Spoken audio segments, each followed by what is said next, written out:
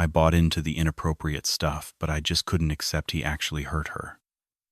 I kept thinking, okay, maybe he crossed a line, but what if she is still out there?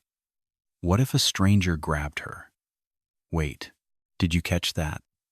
She just admitted the abuse was perfectly fine with her.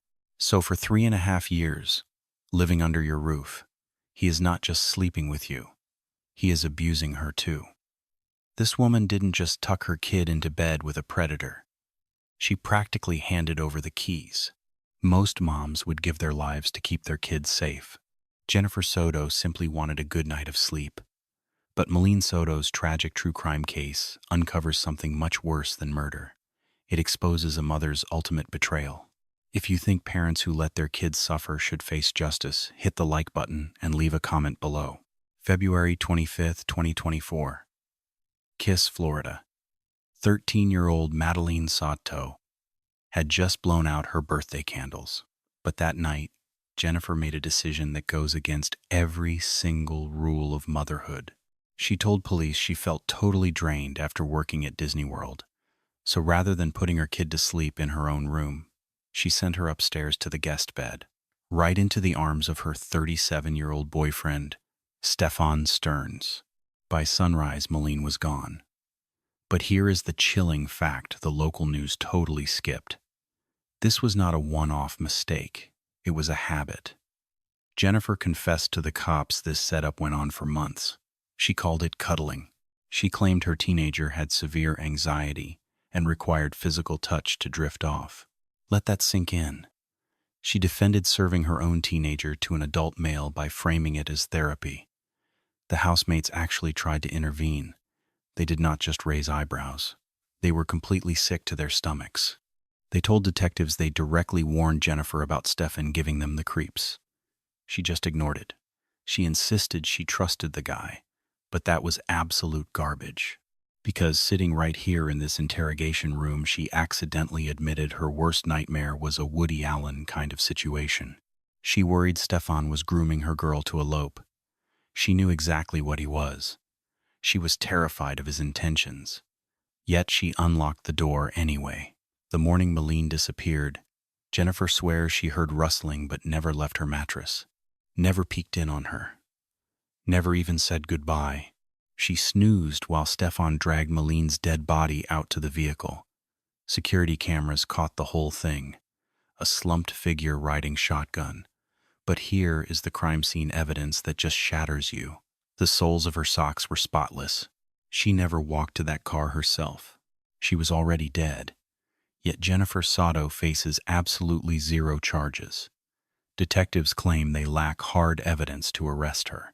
The video you are about to see is Jennifer's police interview recorded before they discovered Meline's remains. Pay attention. This is not a frantic mom hunting for her missing daughter. This is a suspect trying to keep her alibi from falling apart. Let's pull apart her lies. The Sunday birthday bash. She hung out at my mom's place all day long. The entire family threw a party. I was stuck at work. I literally just started this job last week. Got it. Where is that located Walt Disney World at Coronado Springs doing the front desk concierge thing? All right. I was wrapping up my final day of, well, no, not even my final day. I was still right in the middle of all my training. Sunday smack in the middle of training. I just couldn't skip work to attend her party. So I clocked in. She was with my relatives all day long. She had an absolute blast. She was glowing when I finally saw her at the house around 8:30 that evening. Well, I wasn't home yet. She got dropped off by herself. Roughly 10 to 15 minutes later, Stefan arrived at your place and kissed me. Right at my house and kissed me. He either called or texted. Pretty sure he texted. But he gave me a heads up that he made it and that she was already winding down for the night. She was doing her usual routine, popped her evening pills, then hopped in the shower to prep for bed. What medication does she take? Exactly. She is on hydroxyzine. All right. And what does that treat? It is prescribed for her anxiety and to help her sleep. Gotcha.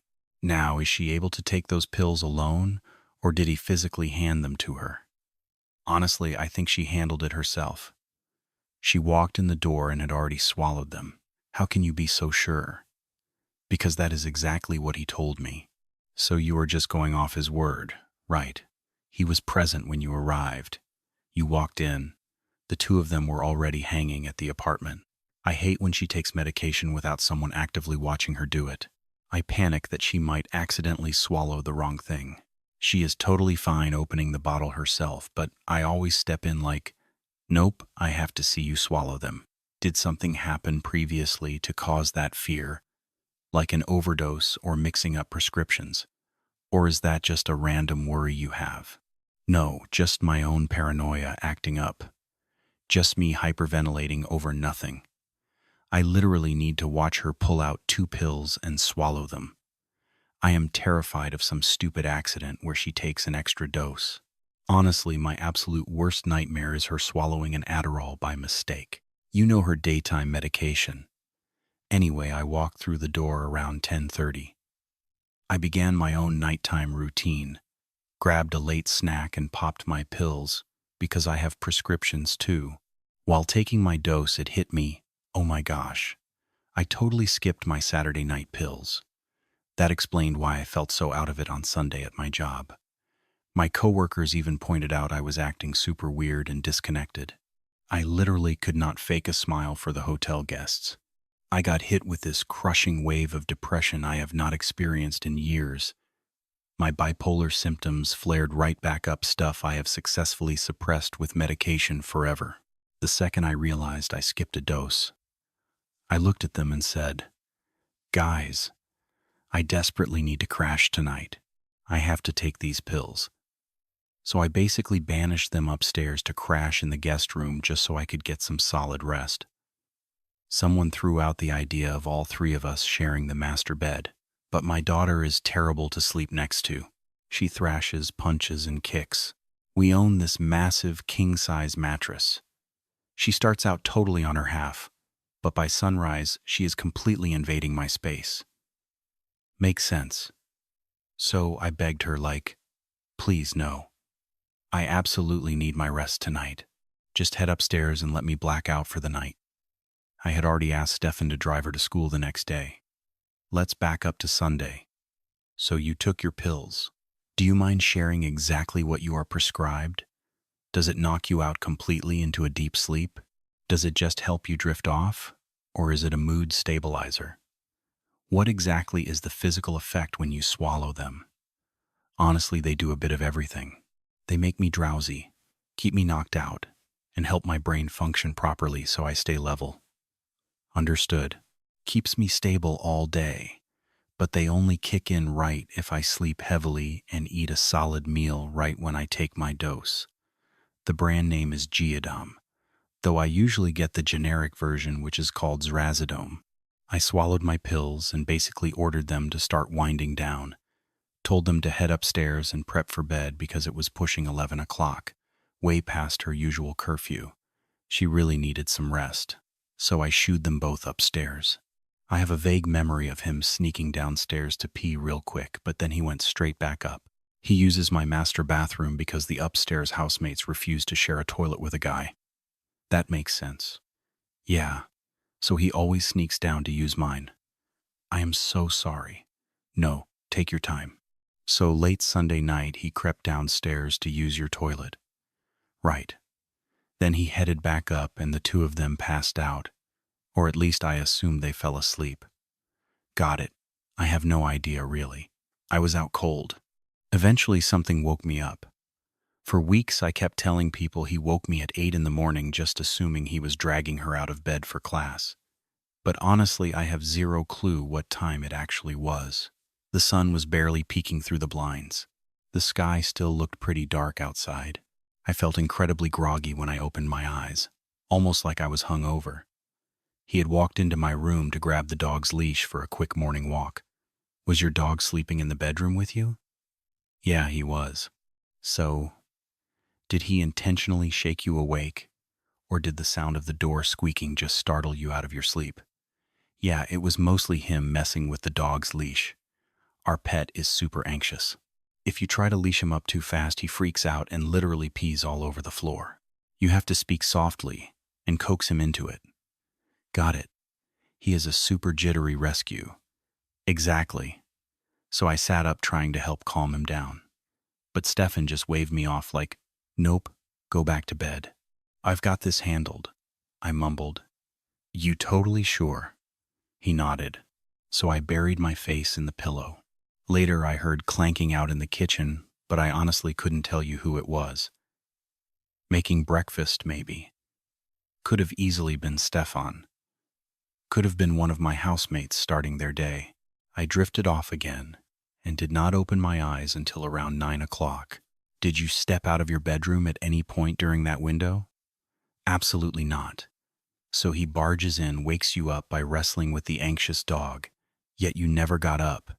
You stayed firmly planted under those sheets. So, if your alarm went off at 9, you never saw her that entire morning. Monday morning, right? The absolute last time you laid eyes on her was Sunday night. Exactly. Okay, I am so sorry. Hey, you are fine.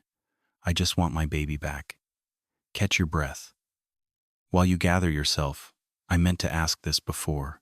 Has anyone contacted you since we launched this missing person investigation?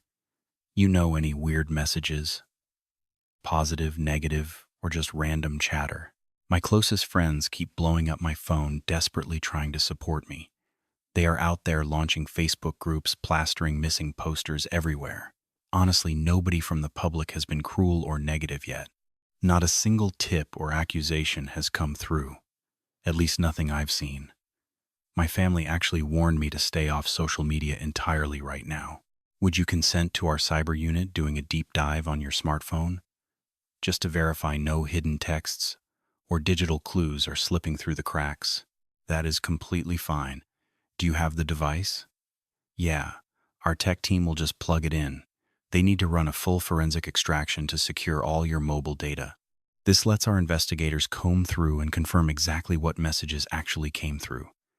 It logs all inbound and outbound communication, so we have a concrete timeline to back you up. Exactly. Now, do you have a passcode set on the lock screen? 030288. That your birthday? It is. Yeah. It's actually tomorrow. Right. Today is the 1st. My mind is totally blank. This is honestly the absolute worst timing. We want to process this fast so we can hand the device right back to you before we leave. Okay, perfect. Now let us review the timeline. You mentioned waking up around 9 o'clock on Monday morning. Right. I woke up for a doctor's appointment.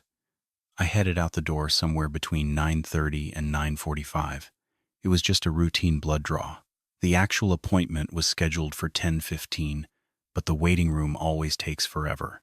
Where exactly was this medical appointment at LabCorp? Do you remember the exact location? Sure.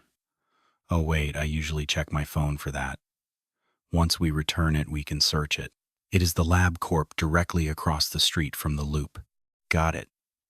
So I finished up my appointment somewhere between 11 and 11:15. After that, I drove straight home. When I walked in, Stefan was already there. We actually chatted briefly while I was stuck waiting for my blood work, and he texted saying he was really sorry. He told me he accidentally left his phone behind. He said the morning school drop-off went perfectly. She woke up super early without any fuss, though she apparently dozed off during the car ride. He asked her repeatedly if she wanted to grab McDonald's, but she declined.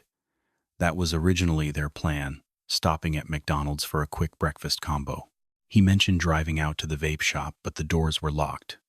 So he hung around the parking lot for a bit before giving up, saying he would try again later. Honestly, when I finally saw him back at the house, everything seemed completely normal.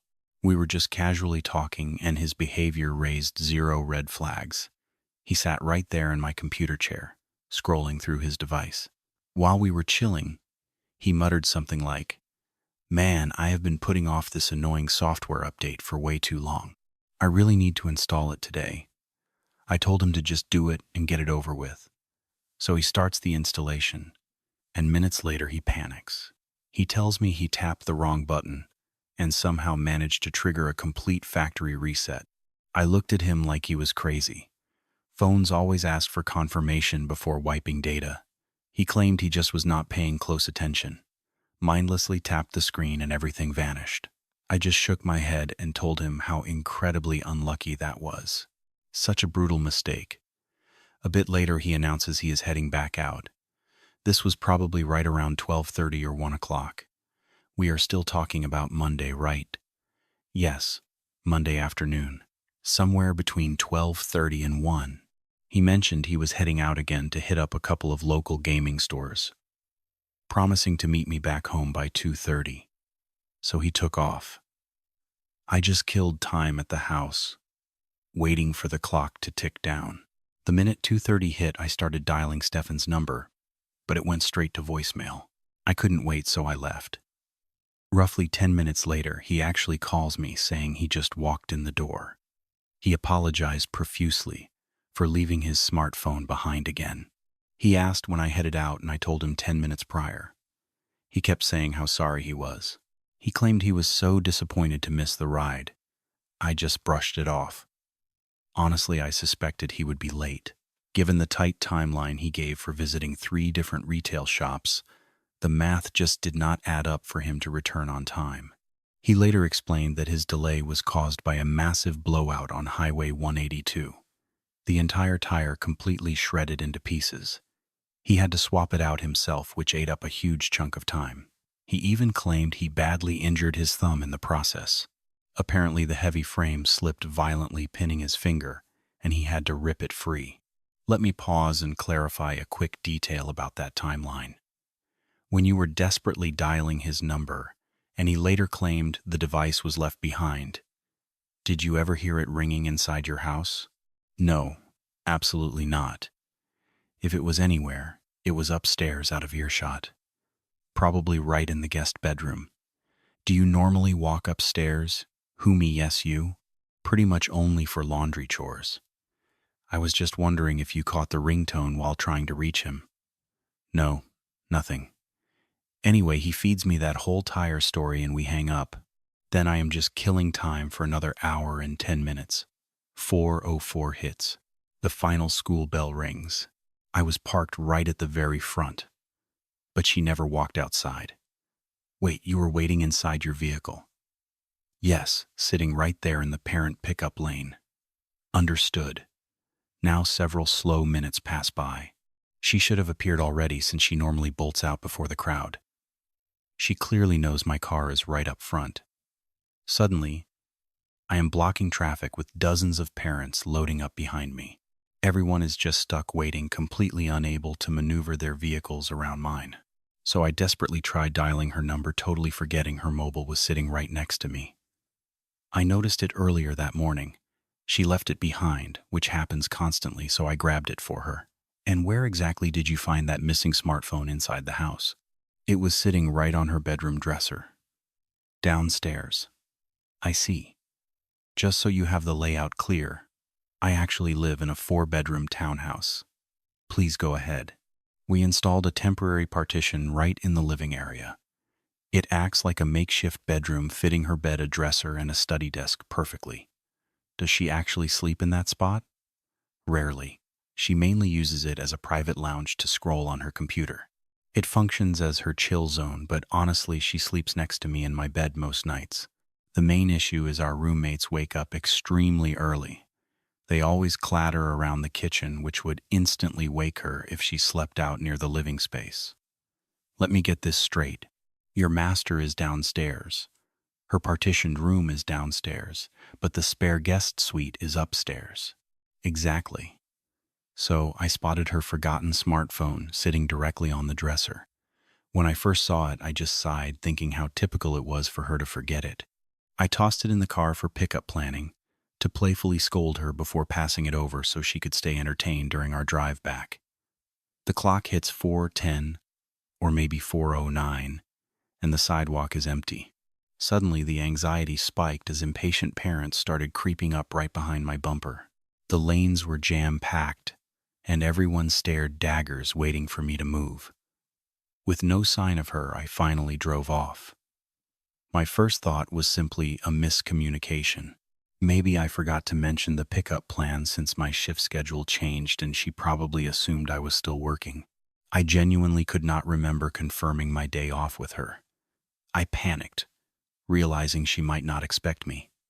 Figuring she decided to walk home instead, I immediately left the pickup zone. I slowly cruised down her usual walking route, scanning the sidewalks near the campus, hoping to spot her carrying her backpack. Not a single trace of her. I pulled into the office, but the receptionist said it was still slightly early. I decided to loop back around, parking my car directly on her walking trail, just to keep a lookout. I sat in that spot with the engine idling for maybe 5 or 10 tense minutes. She never appeared. Checking the dashboard clock, panic began creeping in. She definitely should have reached my mother's workplace by now. I reasoned she might have chosen an alternate shortcut I completely missed. But after circling back, she remained nowhere in sight.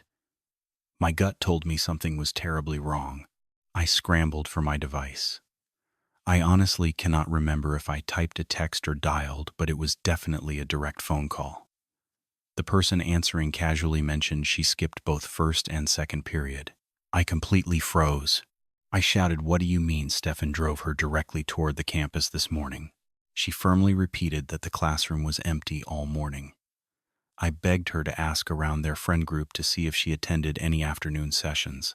In a total panic, I quickly drafted an urgent email to several of her instructors. Thankfully, a couple of those teachers actually replied back quite fast. One instructor confirmed the absolute worst. She never walked through the classroom doors. He went ahead and pulled her daily attendance record. She had been totally absent the entire day. He even attached a digital screenshot of the student portal, and it just showed a glaring 00. Do you still have that image saved on your device? I do. I can even show you the exact software application. It is a specialized educational portal. Understood. So, he verified the teenager was entirely missing from the roster all day long. A full-blown panic attack hit me right then. That timeline made 0 sense, since Stefan clearly dropped her off. I sped straight toward the campus office to demand answers, but the front doors were already locked tight. The hallways were pitch black. I spotted a lone student waiting in the shadows, but not a single administrator was left inside. Total darkness. The entire building was shut down, and nobody would unlock the doors for me.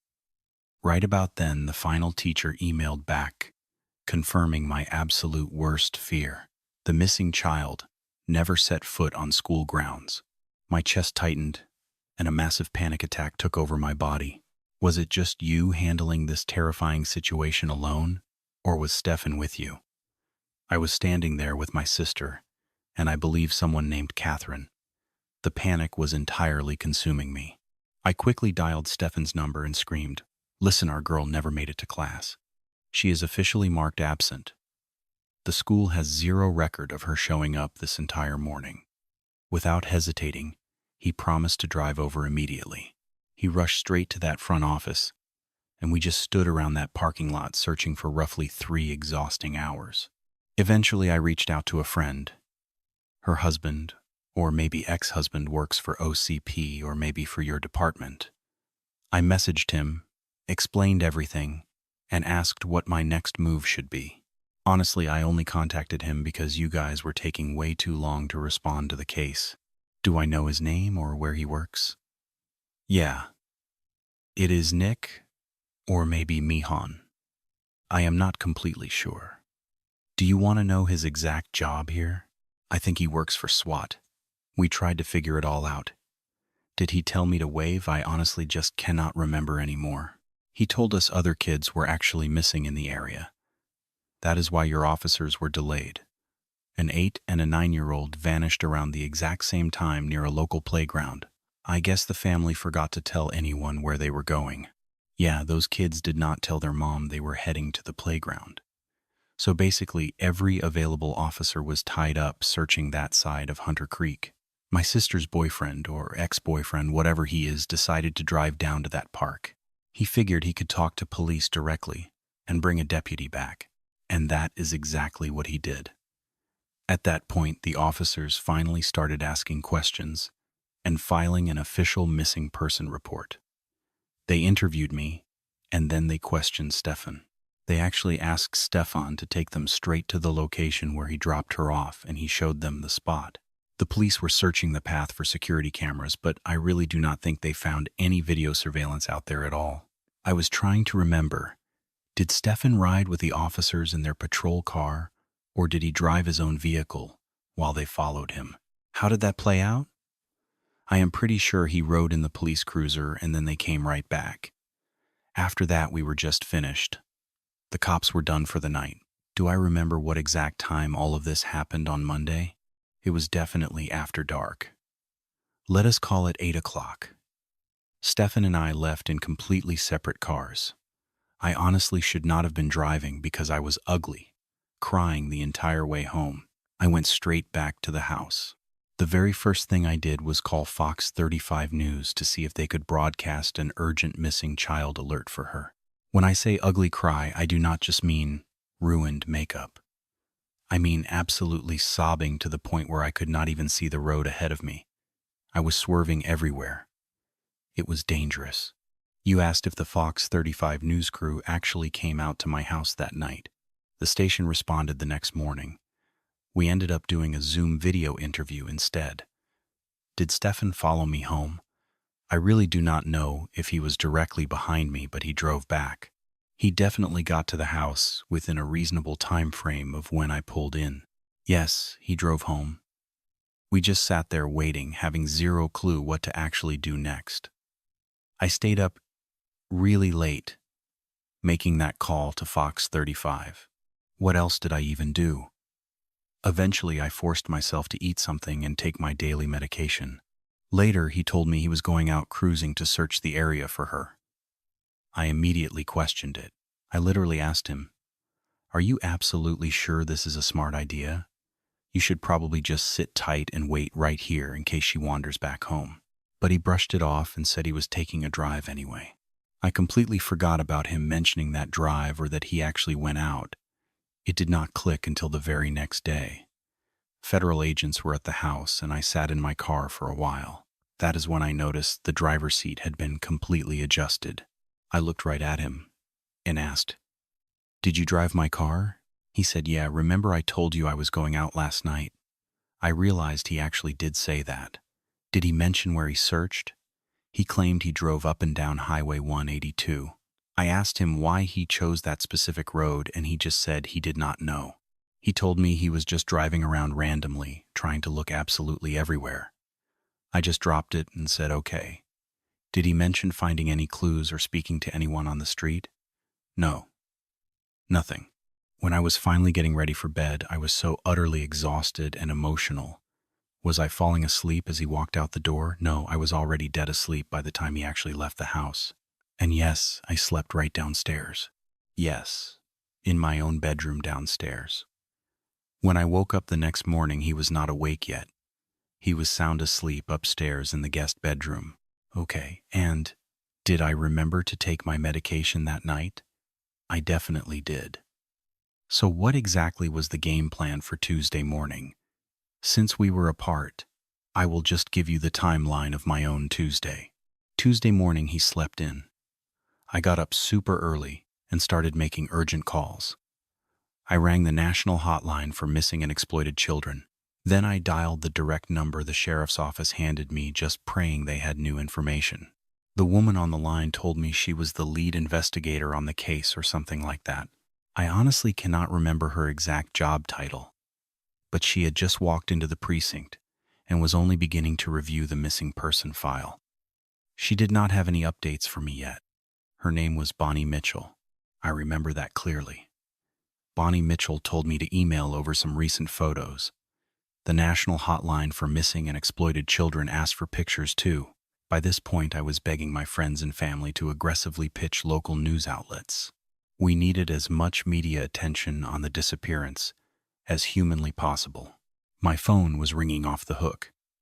I answered every single call, desperately hoping someone had a real lead. But it was always just local news reporters wanting a quote or total strangers who spotted my number on a missing flyer and wanted to offer up their own unhelpful search suggestions. One person called to say they drove flyers all the way down to Orlando International Airport. They plastered them everywhere just in case she was caught up in human trafficking. They also recommended checking the Amtrak and Greyhound stations. I actually sent my sister out to make all of those physical runs. I refused to leave the house during all of this. Stefan was somehow still fast asleep upstairs. Eventually, camera crews showed up at the front door. By then, Stefan was finally awake. I sat down for a television interview, and the entire time Stefan was loudly crying in the background. I finally turned around and asked Stefan, "Do you want to handle this interview? You can step in if you are ready." But I stayed in front of the camera while he just wept. "You asked us?" Hillags. Hillag. Hilliven. Hilliven. Hillaven. Hilliven. Hillagen. Hillagen. Hillagen. Hillai. He asked which specific news network that was. There is a Fox 35 clip where he looks like he is joining. Yeah, that specific broadcast was over Zoom. He was just lurking in the background behind me. But as for the live in-person media interviews with journalists, I am pretty certain that was Channel 9. Exactly, it was Channel 9. And yes, he actually spoke directly to their reporters. He broke down and ugly cried on camera for them too. The guy was just completely faking those tears. Am I just realizing that now? Yes, I am. Saying that in hindsight. Back then, I really believed his grief was genuine. I truly thought he was heartbroken over her disappearance, never suspecting he was actually the suspect behind it. Looking at the footage today, it is so obvious he was lying. He was completely faking it. It makes me wonder what else was a total lie. I always knew he was a master manipulator. He openly bragged to me about deceiving his own parents, showing me exactly how he played them. For some stupid reason, I just assumed he would never betray me. His lies were always about cash. He lies about his location, his daily plans, everything. He constantly played his parents like that. The guy has literally stolen cold, hard money straight from them. His folks kept a few grand stashed away in a closet as a secret emergency fund. Back during COVID, he raided it because he really wanted RC cars. That is just how he operates. If he wants something, he takes it. Consequences be damned. So he bought himself these high-end, fancy remote control vehicles. Those toys cost several $100s a piece. Look, I am broke. I knew perfectly well we could not afford luxury items like that. Then he just casually walks through the door with them. I asked, "Where on earth are you getting the cash for this stuff?" He just smiled and said his dad gave it to him. He immediately corrected me and said, "No, I just took it from my dad's closet." I was stunned. I asked him if his parents kept a hidden emergency stash in there, and he said yes. I warned him they would definitely notice missing bills. He just laughed it off, claiming the pile was too big for anyone to notice. Later on, I actually confirmed with Chris that he absolutely noticed the missing cash, but he just avoided confronting his son. I flat out told Chris, "Your own kid was robbing your savings to buy toy cars." And that is not his only deception. Just recently, he fed his parents a massive lie about his whereabouts. He swore to his parents he was crashing at a buddy's house playing video games or board games all weekend. But in reality, he drove all the way out to CM just to hang around our place. So does that mean we stayed together through Wednesday? Even after all those intense police interviews wrapped up, did he end up staying through Wednesday? I know for a fact that local detectives came out to question us that day. Were we trapped inside that house together the entire time until the investigators finally knocked on the door? Yes, we were. Then, what exactly happened after that second game? Look, this is the point where my memory just starts getting completely blurry. The detective nodded and said, "I totally understand. We have been stuck inside this interrogation room for 3 straight days. Yeah, my brain is fried. I literally cannot even remember which specific day I gave my official statement to you guys.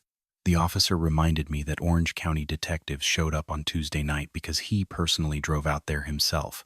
He asked if I remembered seeing his face at the scene that evening. That was our very first late night at the apartment. Then I asked him, wait, was that the same night your crime scene unit officially locked down the entire house for forensics? He confirmed it was. So they told me to explain exactly how that played out. Earlier that afternoon, Detective Hunt, or maybe another investigator, approached Stefan. They flat out asked if he would voluntarily surrender his cell phone for a data dump or if they needed to go secure a search warrant. I vividly remember him turning to me panicking, asking if he should demand a search warrant first. I looked right back and said, absolutely not. If you have nothing to hide from the cops, just hand over the device. After that tense moment, we just sat around the house for a bit. Picture this: police show up that evening and tell us to wait outside in my car. Almost immediately, he starts panicking, freaking out, repeating over and over that he needs his phone back. I told him, look at this point. It is police evidence. It is theirs forever. I do not care. We will buy you a brand new phone. It just does not matter anymore. Whatever the police need, they need. Just let them search the device. And he just keeps whining about wanting his phone back. So I look at him like, are you actively trying to look suspicious? Because marching up there to demand your phone back right now, that looks incredibly sketchy. What are you even doing? Honestly, I figured he was just bored and impatient, wanting to scroll online. At one point, he actually grabs my phone to start messing with it. I just let him have it. I told him to just use my phone and knock himself out. I noticed he was actually trying to log into his email accounts from my device, but he could not get in. It required two-factor authentication sent to his own missing phone. So I asked him what exactly he was searching for. He brushes it off, claiming he was just checking on his shipments and packages. He is totally addicted to online shopping, which is another huge red flag. His dad and I could never figure out how Stefan afforded this stuff. He was unemployed for 2 months, yet packages arrived nonstop. Buying himself random stuff off Amazon, constantly ordering things online. Is this something you can actually prove, or just a guess? What the constant package deliveries? I can prove it because my email is linked directly to his Amazon account. Plus, his parents saw all those UPS deliveries showing up at the house. But yeah, I have his Amazon login. Since the cops have my phone now, you can easily look up every single shipping record. Most recently, I bought some birthday party supplies. So if you spot birthday stuff, that was me. Everything else, all him. He never stopped shopping, even completely broke. He kept claiming he had cash in savings, but his dad called me concerned. When Stefan lived with us, he was financially drowning. His dad practically kept him afloat, covering bills, rent, gas, money, and even car insurance. Sure, Stefan pitched in, occasionally buying groceries and helping out around the house, but honestly, I have absolutely no clue where the rest of his cash disappeared to, and I certainly do not know where his current money comes from. Anyway, back to the car. You mentioned he was trying to check his email. Yeah, he tried logging into his accounts on my screen. I just reminded him about the two-factor authentication. You are totally locked out. You just have to wait until they return your device. What happened next? We just sat in my car. Once I saw the forensics team completely taping off our house and the police said we were locked out, I told him to call his dad. I had a strong gut feeling investigators knew something major, and it was about to crash down on him. I kept thinking the detectives are targeting the wrong guy. They have the completely wrong suspect. In my mind, I was totally convinced that law enforcement was just making a massive mistake. I desperately wanted to believe he was innocent. Wait. Before we skip ahead, what were you two actually talking about inside the vehicle? You were parked out there for a long time, while the police investigated the scene at your condo building. What was the vibe like inside that car? I am trying to remember the exact details of our chat. It is a blur, but I clearly remember the moment police said we could not go back inside. That is when I grabbed the phone to call his dad. I turned to him and said that they are definitely zeroing in on him. We have to call your dad and get a criminal defense lawyer right now. I still felt they were targeting the wrong guy, and he just kept echoing me. He kept repeating my exact words, insisting the cops were making a massive mistake and chasing the wrong suspect, swearing the investigators were just wasting time. How did he react? When you mentioned hiring an attorney, he flat out dismissed it. He did not believe me at all, even when I pointed out the forensics unit completely sealing off our home. The police clearly know something. Something huge is going down. They would never lock down a crime scene like this unless they had serious evidence. But honestly, my brain just refused to connect the dots to him. I have no idea why I stayed so blind to it. I just kept telling myself that the police have got the wrong guy. And Stefan played right along, constantly whining that detectives were targeting the wrong person and wasting precious time. Finally, we got his dad on the phone. We told his father to drive down here immediately and meet us at a nearby hotel to regroup. That was a whole separate nightmare. I am broke. I survive entirely on a small disability check.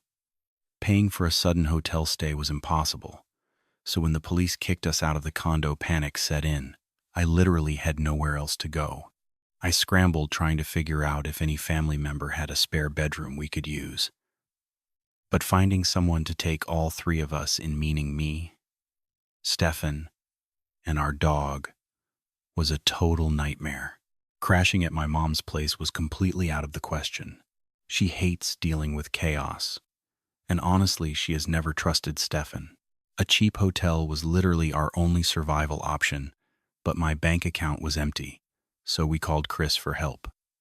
Chris ended up meeting us at a hotel right near Disney, just off Western Way. We finally drove over there, arriving super late in the night, and just checked in. I went to the bathroom and started getting ready to crash. I finally laid down in bed around 3:30 or 3:45 in the morning, completely exhausted. Stefan was already out cold. Did he pass out the second you guys arrived, or did he slowly drift off while you were getting settled? Did he just climb straight into bed while you were in the restroom? Yeah, he was already tucked under the covers before I even went in. I scrolled on my phone for a few minutes while he just lay there lightly snoring.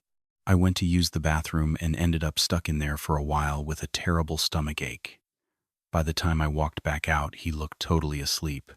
At least I assumed he was. Wait, did his dad sleep in the same room with you guys? No, definitely not. His dad booked a completely different room down the hall. So the next morning, I wake up around 9 a.m., roll over, and Stefan is gone. My first thought was he vanished again without his cell phone. Just walked out without telling a single person his location. That looks incredibly sketchy all over again. Why hide your movements? But remember, the police seized his device, so he needed a new phone. Actually, he did not get that replacement phone until much later. His dad finally woke up, walked over to our hotel room. Yeah. And physically handed him a spare device. His dad just said to use this temporary phone until the police return his original one.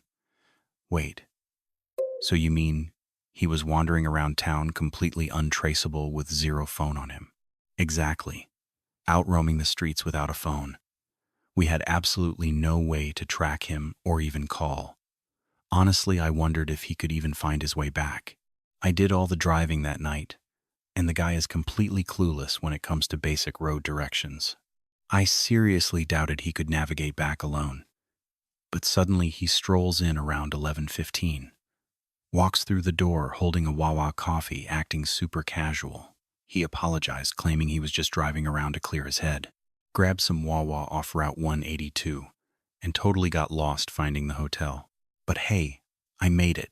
I just glared at him, warning that detectives were arriving any minute. What if the police walked in and you were missing? You would literally look like a fugitive on the run. What is wrong with you? He just kept giving these fake apologies for slipping out. He brought back a coffee cup to prove his story, claiming he just cruised up Route 192. Yeah, right. Because now I know the actual truth. He stole my car in the dead of night, drove all the way down to Northport, Florida, stayed there for an hour, and snuck back. I never suspected a cross-state drive. Not once. I honestly just rolled my eyes thinking classic Stefan. Our hotel was right next to a Target store, so I figured he was just stress shopping, wandering the aisles to kill time. The guy loves browsing. I assumed he was safely inside buying random junk, but he took my keys, so I was stranded. I literally could not go out searching for him. Plus, knowing police detectives were on their way, I refused to abandon the room. Eventually, law enforcement did show up. Well, actually, we ended up just sitting in that stuffy hotel room for hours first. He just crawled right back into bed and passed out. I managed to catch a quick nap myself that morning. When I finally woke up, I wandered down to the main lobby and bumped into Chris. He asked if I was hungry, so we grabbed a quick bite to eat at the hotel bar. We even carried some takeout back upstairs for Stefan, begging him to eat something. When he finally woke up, he barely managed 2 bites. Right after that, the detectives arrived at our door. Stefan immediately headed downstairs. The police informed us a huge press conference was scheduled, which we kinda already expected. They offered to drive us themselves, promising a full police escort to the media event. They claimed they would sneak us through the rear entrance, completely dodging all the news cameras and aggressive reporters outside. But looking back, I realized that was just a clever trick to separate and interrogate us. We arrived at the station and got split up immediately. I have not heard a single word from him since. No contact whatsoever, and zero interest in ever speaking to him again. That was it. Then the real police interview started. Where did you go after that? Did you head straight back to that hotel room, or did you crash somewhere entirely different? No, definitely not the hotel. Once the intense interrogation finally wrapped up, Chris drove me straight over to my sister's place. I have been hiding out at her house ever since. Okay, got it. Yesterday I finally left the house for a bit. Just a quick Target run to quiet my racing thoughts. I desperately needed basic stuff, a new toothbrush, some deodorant. I had fled my home so fast I left absolutely everything behind. Oh, and I also paid a quick visit to my ex-husband's new mother-in-law's house. Ever wonder what happens after your world shatters? It's complicated. My friends consoled me, kept me company, and made lunch. Then I retreated to my sister's house, and I've been hiding out there ever since. Honestly, the second I stepped into Target, I just knew. I had absolutely no business being out in public. Strangers might recognize me from the ongoing investigation. Good or bad, they'd approach me. Folks in my own neighborhood were already spotting me. Dealing with everyone's heavy emotions is exhausting. People walk up crying, offering apologies and sympathy, and it's just so much to carry. I just have to stand there smiling politely, absorbing all their grief. I don't know. The emotional weight of it all is just crushing. Realizing those were my daily public interactions, I knew I had to stay locked inside. I can't shoulder anyone else's pain right now. I have my own trauma to process. I really cannot let my mental health spiral until I end up hospitalized all over again. So when exactly did you meet Stephen? I met him in 2017. We both worked at Eco Homes, a real estate firm. I handled appointments, and he managed the office warranty work. We started as co-workers, then became really close friends. Best friends for about a year. Eventually, I asked if he wanted to hook up, and he was game. You mentioned 2017 and 18. Did you live in Orlando? Where were you two staying back then? Did you two live together in 2017? He officially lived with his parents, but he crashed at my place constantly. Got it. The exact same house you're in today, or a different one? Wait, let me backtrack. In 2017, he wasn't staying over. That started in 2018 when we began hooking up, and he started sleeping at my place.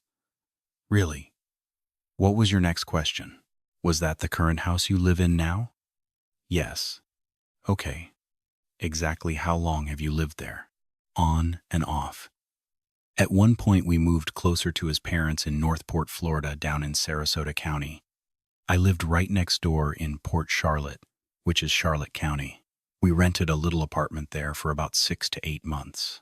We relocated because Stefan was promised a job that completely fell through.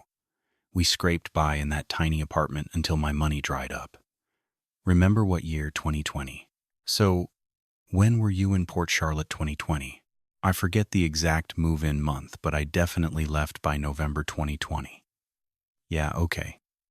We can easily pull up those records later if needed.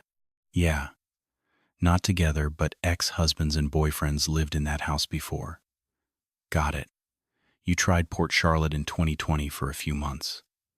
Yeah, then came right back to the same house. After Port Charlotte, I stayed at my mom's place. Where's that, Hunters Creek, Florida? Okay. Actually, even before Port Charlotte, Stefan and I lived at my mom's. Right around March 2020, the owner decided to renovate and possibly sell the property. So he suddenly kicked us out. So around March 2020, right when COVID lockdowns hit, I moved in with my mom. Okay. Stayed with her briefly. And then the Port Charlotte apartment situation happened. We hit Port Charlotte for a few months, bounced back to my mom's, and then I decided to move back. The owner was actually moving into an RV to live on the road. Yeah, he needed a reliable house sitter. Naturally, I volunteered and moved right in. I took over his old downstairs master bedroom. Eventually, Stefan came down to stay for a few years. Around June of last year, I made him move up to the guest room. Honestly, he's a messy guy, a total hoarder and collector. The house was constantly trashed, and I couldn't stand living in that kind of chaos. The clutter gave me major anxiety. So I told him to move upstairs, and he stayed there until December of last year. Then he headed to Northport with his folks for a job that completely fell through. We were actually trying to get him back up here to reclaim his old Disney job. The plan was for him to move back into the house for a bit.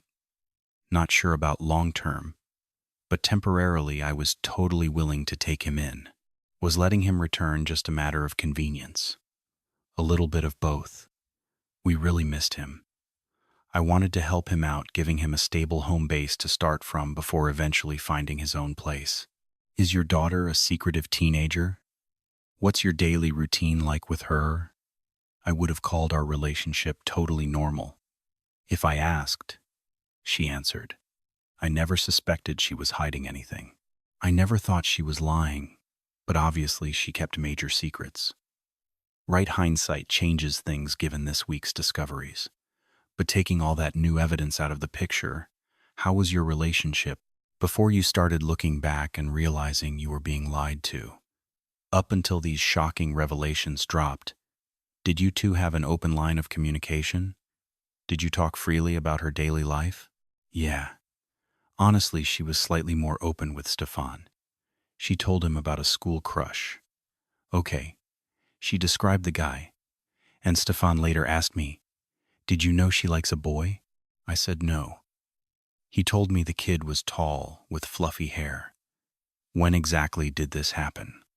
Do you remember the date of this specific conversation?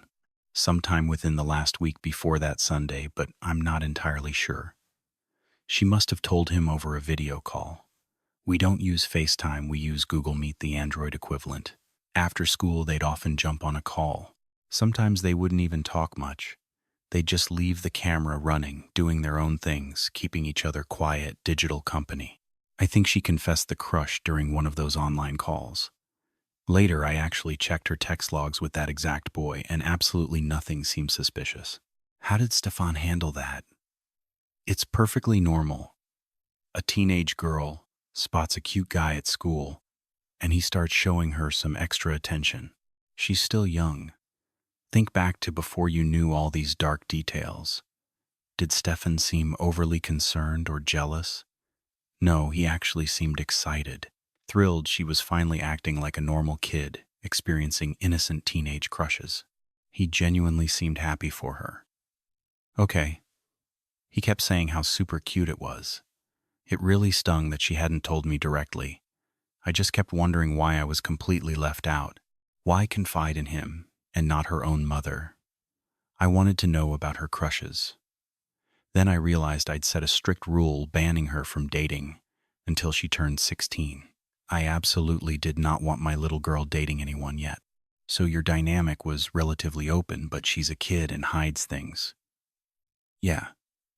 With Stefan, though, She clearly had zero filters.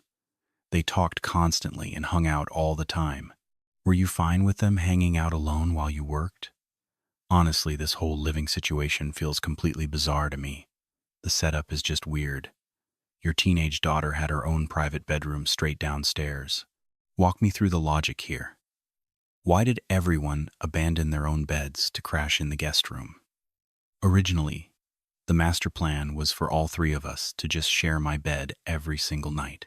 And not just recently, I mean going way back. I had a strict rule, absolutely no sleeping in his room. 0 sleepovers for years. Let's pause.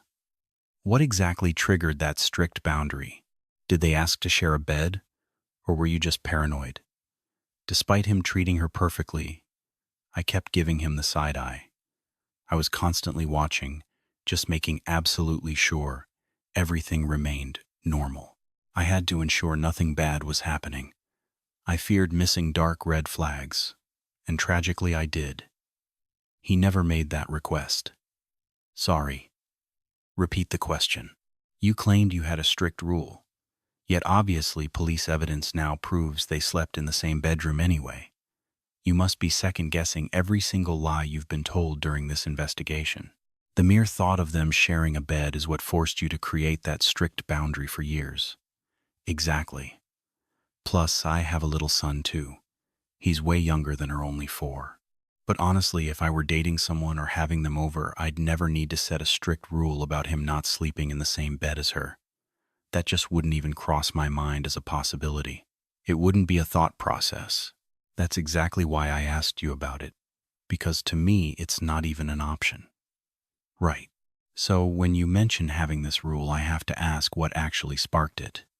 Did sleepovers happen before? Sure. They'd stay up late, ask to watch movies, eat snacks, do that whole thing. And I'd say absolutely not. We can watch a movie downstairs as a group. We can all just crash down here together. Up until June, it happened all the time. The routine was always the same. She slept right in the middle. I took one side, and he took the other. It wasn't until June rolled around that he finally got his own bedroom, and I made him move upstairs. That is exactly when the requests for sleepovers began.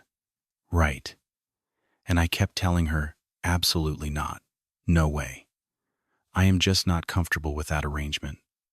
I'm really not comfortable with it at all. But eventually they kept begging to watch some movie. I can't even remember which one. They just desperately wanted to watch it, and I was completely exhausted.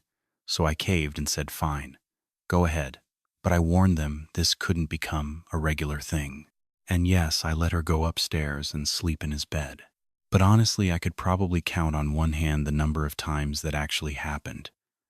I rarely ever let her have a slumber party up there, or left her totally alone in a bed with him. I was almost always around to keep an eye on things. Up until 2 weeks ago, I was basically home 24/7 living on disability. When I wasn't at the house, I was just substitute teaching. But I usually taught right at her school or the one nearby. I always made sure my shift ended right when the bell rang, so I could pick her up and bring her straight home. So she was by my side pretty much constantly when she wasn't in class.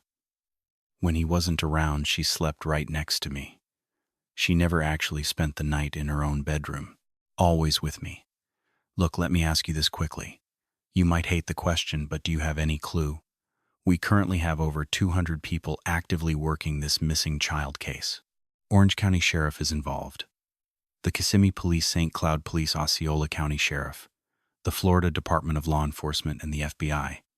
We suspect foul play. Literally every major agency is on this. Yeah. Whatever the exact circumstances, these investigators do not get to go home. They skip seeing their families. They put their normal lives on hold, stepping away from their daily routines.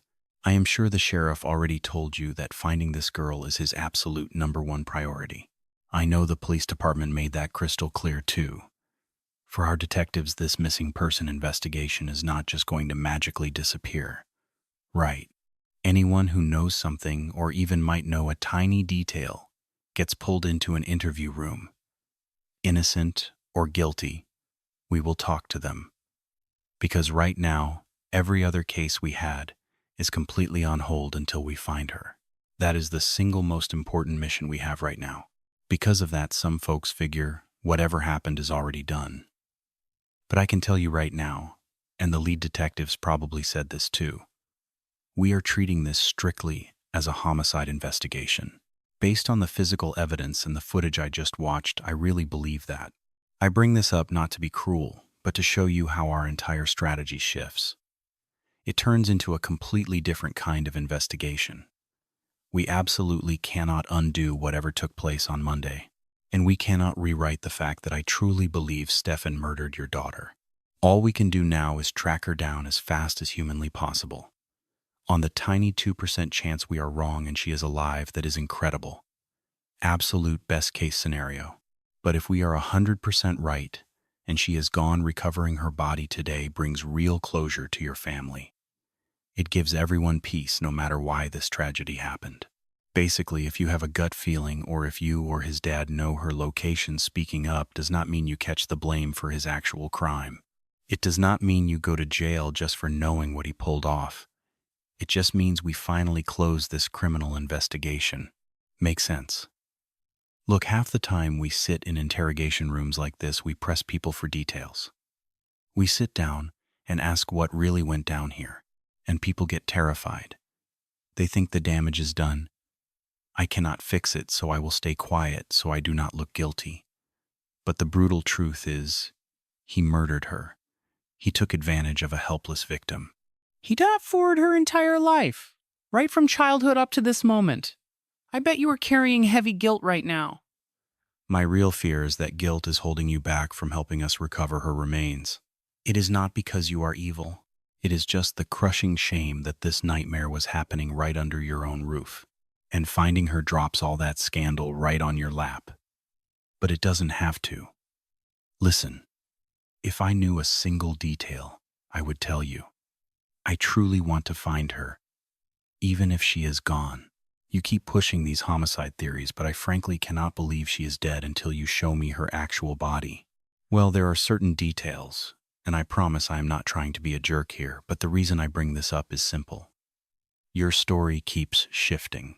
Between that local news interview, your very first statement to the patrol officers, and what I just researched, your timeline has changed drastically. Your very first statement to the cops claimed you literally watched her get dressed. You saw her weave. You knew her exact outfit.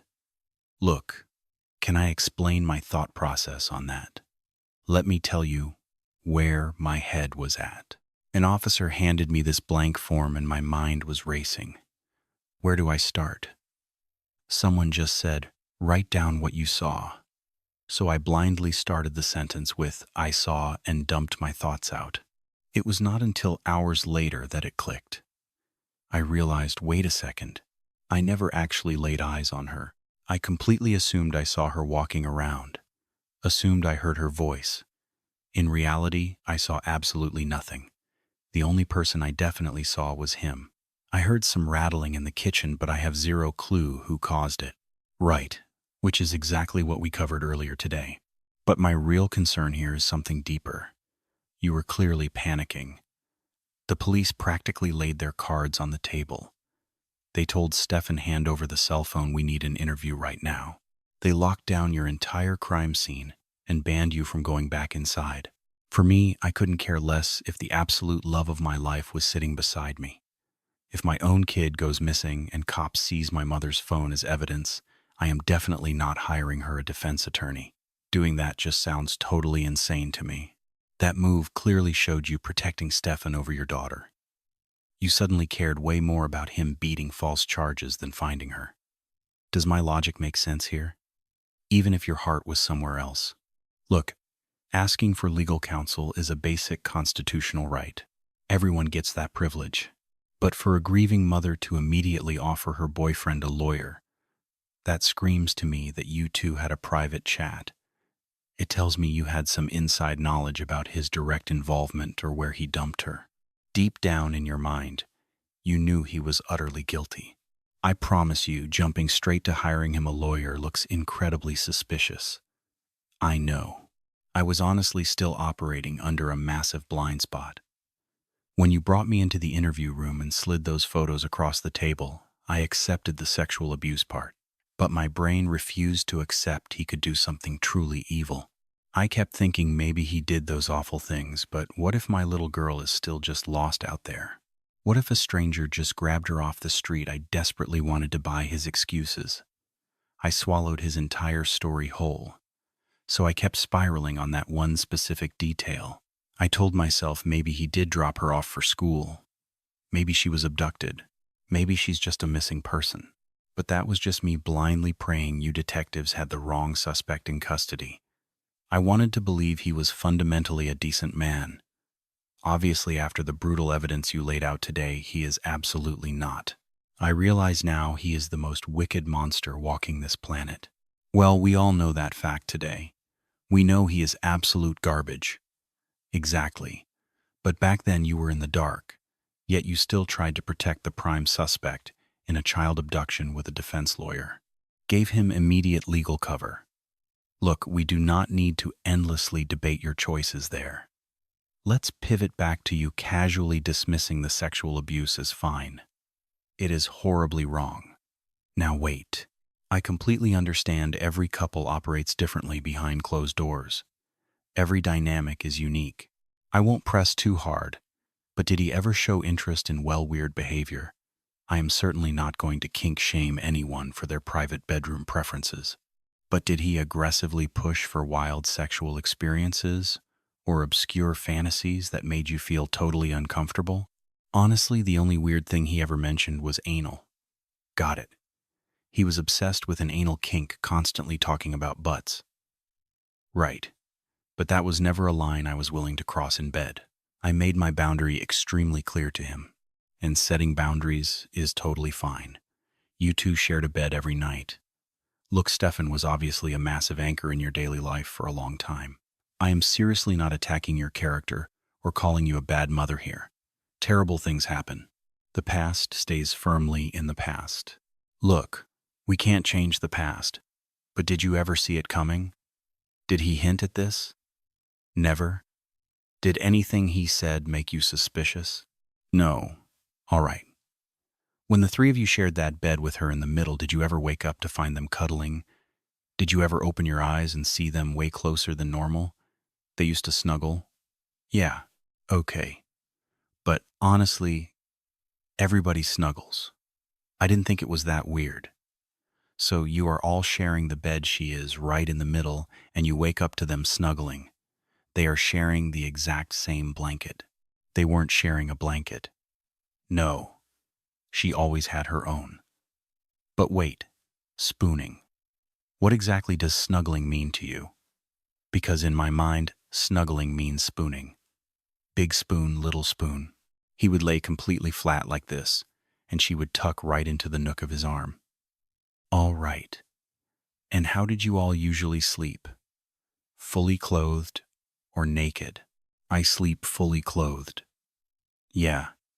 Shirt, pants, full pajama sets. Yes, everyone did. I basically sleep in my everyday clothes. Got it. Either pajamas or loose shirts and shorts. Okay. And Stefan usually slept in just a t-shirt and boxers. Sometimes he kept his pants on, but he never owned pajamas. All right. So they would snuggle while he was just in his boxers. You would wake up, see her tucked right into his arm in a full cuddle, and that never struck you as strange? No. Okay. Well, we clearly see things very differently. Why, I don't want you to just use hindsight, because now you know he abused her for a very long time, right under your own roof, while you were home since you rarely went out. You just started working again after living on disability. I know local detectives showed you photos. They described exactly what those images contained. Even today, investigators are still downloading his cloud storage. We are still pulling data from his social accounts, online servers, and all his digital devices. We can now trace the abuse inside your home, right under your watch. Did he ever say anything out of line? Look at it like cheating, right? Ever been cheated on? Because a person can only sneak around for so long until they slip up, or the truth spills out, or someone finally talks. Right. So let's trace this back to 2020. We're looking at a bare minimum of 3.5 years. 3.5 years where I'm sure you two were intimate. Yes. So for all that time under your roof while he was sleeping with you, he was also doing the exact same thing with her. Oh God. Look, I get that this is emotional. I know it's horrible to hear, but where I'm coming from is you can't hide something like that forever. You all shared a tiny space living right on top of each other, sleeping in the same bed, talking every day. You shared everything. You seem like a pretty observant person, at least when you aren't medicated and asleep. Honestly, it seems impossible to miss. Most grown adults can't even hide an affair with someone who lives across town, let alone right down the hall. Exactly. Let alone someone sleeping in the next room. So, at a certain point, I truly believe you figured out what was happening. No. Listen when I say that I'm not saying you're under arrest or in trouble. It doesn't change the facts. I know. But I do think a reasonable person would notice. And I consider you a reasonable person. Would you say you're reasonable? Yes. You'd realize what was happening under your roof. The videos, the texts, the pictures, it's all documented forever. This was a massive ongoing thing, and at her young age, she probably honestly believed they were in a real relationship. She probably thought they were in love, because he gave her attention right. She was just starting to notice boys. She had a crush. But at that exact same time, you and him were still sharing a bed. You were all living together under one roof. She stopped sleeping in her own room, yet you felt the need to make a rule that they couldn't sleep together. But by the time you made that rule, she'd basically been dating him for 3 years. Legal or not, that's the reality. So here's what I honestly think. This is just me talking. I'm not speaking for the sheriff or the state police or the other detectives. This is strictly Kevin talking. I believe you eventually found out about their sexual relationship. Sometime during all this, you figured it out. And for whatever reason, whether you confronted him and he promised to stop or whatever you two agreed on, you're sitting here carrying a massive amount of guilt. Your reasons are your own, but the guilt is real. A lot of those media interviews you did, and again, this is just my opinion, I don't speak for anyone else here, but those interviews really bother me. Because right now, sitting in this interrogation room, I actually think your tears are genuine. You seem sincere here. I think you're crying now because I'm being harsh. I'm forcing you to face terrible things that nobody wants spoken out loud. But out there talking to the press or the local deputies, with my experience in this job, your public tears felt completely fake. Half of your sadness looks totally staged, like that interview you did with Fox 35. I watched that footage once, and not a single cry looked genuine to me. It felt like a performance, and I'm not saying this just to call you a terrible person. I think people struggle to show real grief when they already know the dark truth. They have to fake it. This was your life for 5 years. But regarding this missing person case, if you know exactly how she vanished or where her body is, your public sobbing will never look real. It's physically impossible to look shocked when you already know how the story ends. The emotion itself becomes a lie. If I knew a single thing, I swear I'd tell you everything. Look, hook me up to a polygraph, do whatever you need to do to me. I seriously don't know anything about this. He never said a word. I missed every single red flag. I really tried watching her like a hawk. I thought I was protecting her, but I completely failed. I was totally blind to this for at least 4 whole years. And that's only as far back as the cloud backup goes. I just find it impossible to believe you tracked her nightly medication so closely but never noticed where she slept or his creepy obsession with her. You missed his absolute fixation. I genuinely thought we were safe in that house. I believed that because he'd never shown me that dark side before. Everything seemed totally normal. He acted like he cared for her the exact same way he cared for you. It turns my stomach. So now he's locked up because of the sick files we pulled from his phone. Not because a witness finally stepped up and reported the act of abuse. I know she was far too young to consent. Too young to even process or desire what he was doing to her. It's pure abuse. and he's sitting in a cell for that. But what caused her to vanish, right? Because let's just call it a murder. She didn't die from natural causes. No overdose. No sudden heart attack. We're looking squarely at murder. Something triggered him to kill her. He had unlimited sick access to her for years. He was taking whatever he wanted from that poor girl, probably from you too, and honestly, who knows who else. Right. Ever wonder what really makes someone snap? It isn't like he just woke up Sunday morning and casually decided, I am done. I am going to take her life. Something triggered this. People do not just wake up and choose murder out of nowhere. Sure, people walk away. They end relationships every single day. But usually a very specific breaking point pushes a person right over the edge. So what went wrong? Maybe he realized he was in deep trouble. Or he felt completely trapped. Honestly, it could be even darker. She might be pregnant. That is exactly where my mind went during last night's questioning, especially when the detectives started asking all those specific details about her menstrual cycle. I heard that she and her best friend usually synced up. Now look, I am a guy. I have obviously never had a period. But someone pointed out it was strange. Their cycles suddenly stopped matching. It might just be normal teenage hormone stuff, or it could mean she flat out missed it. Ever stumble across a pregnancy test around the house that wasn't yours? I actually keep 2 stashed under the bathroom sink, but I haven't checked if they are still there lately. Right, but you haven't noticed any used ones tossed in the garbage recently? No. Their dynamic hasn't changed? No. Okay, so what's your gut saying about Sunday? Aside from him taking her life, what made him actually lose it? I really don't know. Just theories. Just dark rumors I keep hearing over and over. Walk me through those theories. Because here is the harsh reality. Nobody goes home until this girl is found. I know, I understand. So what are your best theories? The main whisper is this. What if she made him furious and threatened to expose a secret to me? Maybe she was going to talk, and he desperately needed to permanently silence her. That is the only motive that makes sense. What is your take?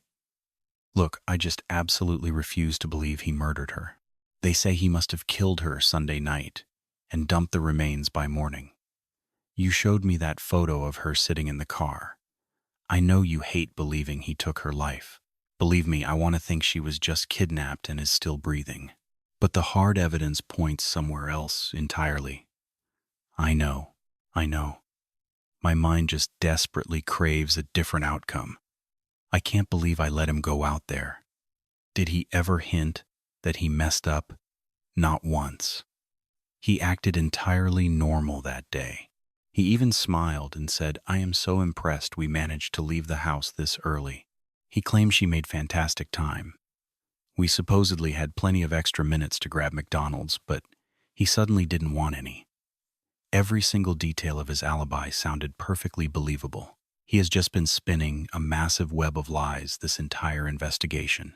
Wait, what about that afternoon in the car when you offered him an attorney? Did he say anything that made you think he needed a lawyer? No, he just kept playing dumb, acting like he had no clue what was going on. And I told him, man, don't you see the crime scene texts? They literally took your phone. Obviously something bad is going down. I thought they were totally going to pin this case on you. Inside my head, I kept thinking the cops had the wrong suspect.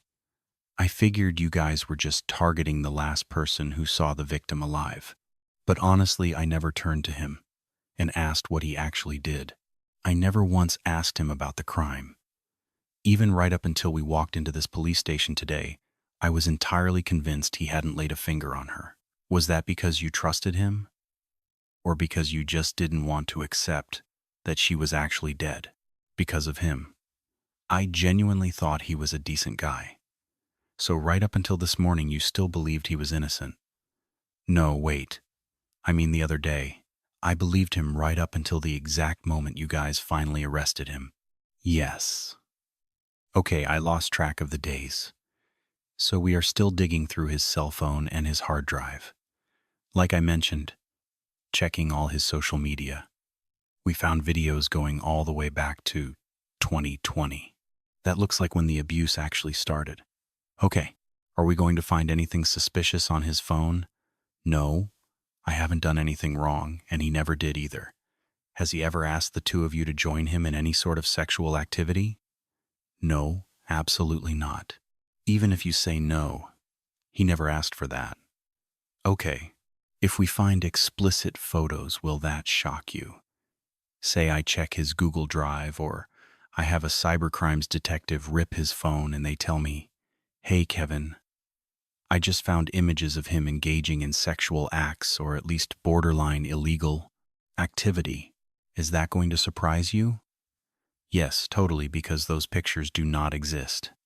Okay. During your entire relationship, did he ever admit to sleeping with a minor? No, not a kid. But he did tell me about high school. He graduated late, so he was quite a bit older than 18 at the time. Okay. He dated someone under 18. I think she was barely 15. I am not sure of his exact age, maybe 19 or 20, but he was definitely an older senior. He graduated super late and had a really young girlfriend named Kendall. I honestly thought the whole age gap was weird. I told him she was way too young. He brushed it off, saying it was totally fine because they were both in high school. He swore it was normal, said her family loved him, and so on. But that was look, knowing Stefan, knowing his habits, and exactly where he hangs out, give me your top 5 locations. Because I know you've been thinking about this since Monday. Honestly, it would be strange if you hadn't.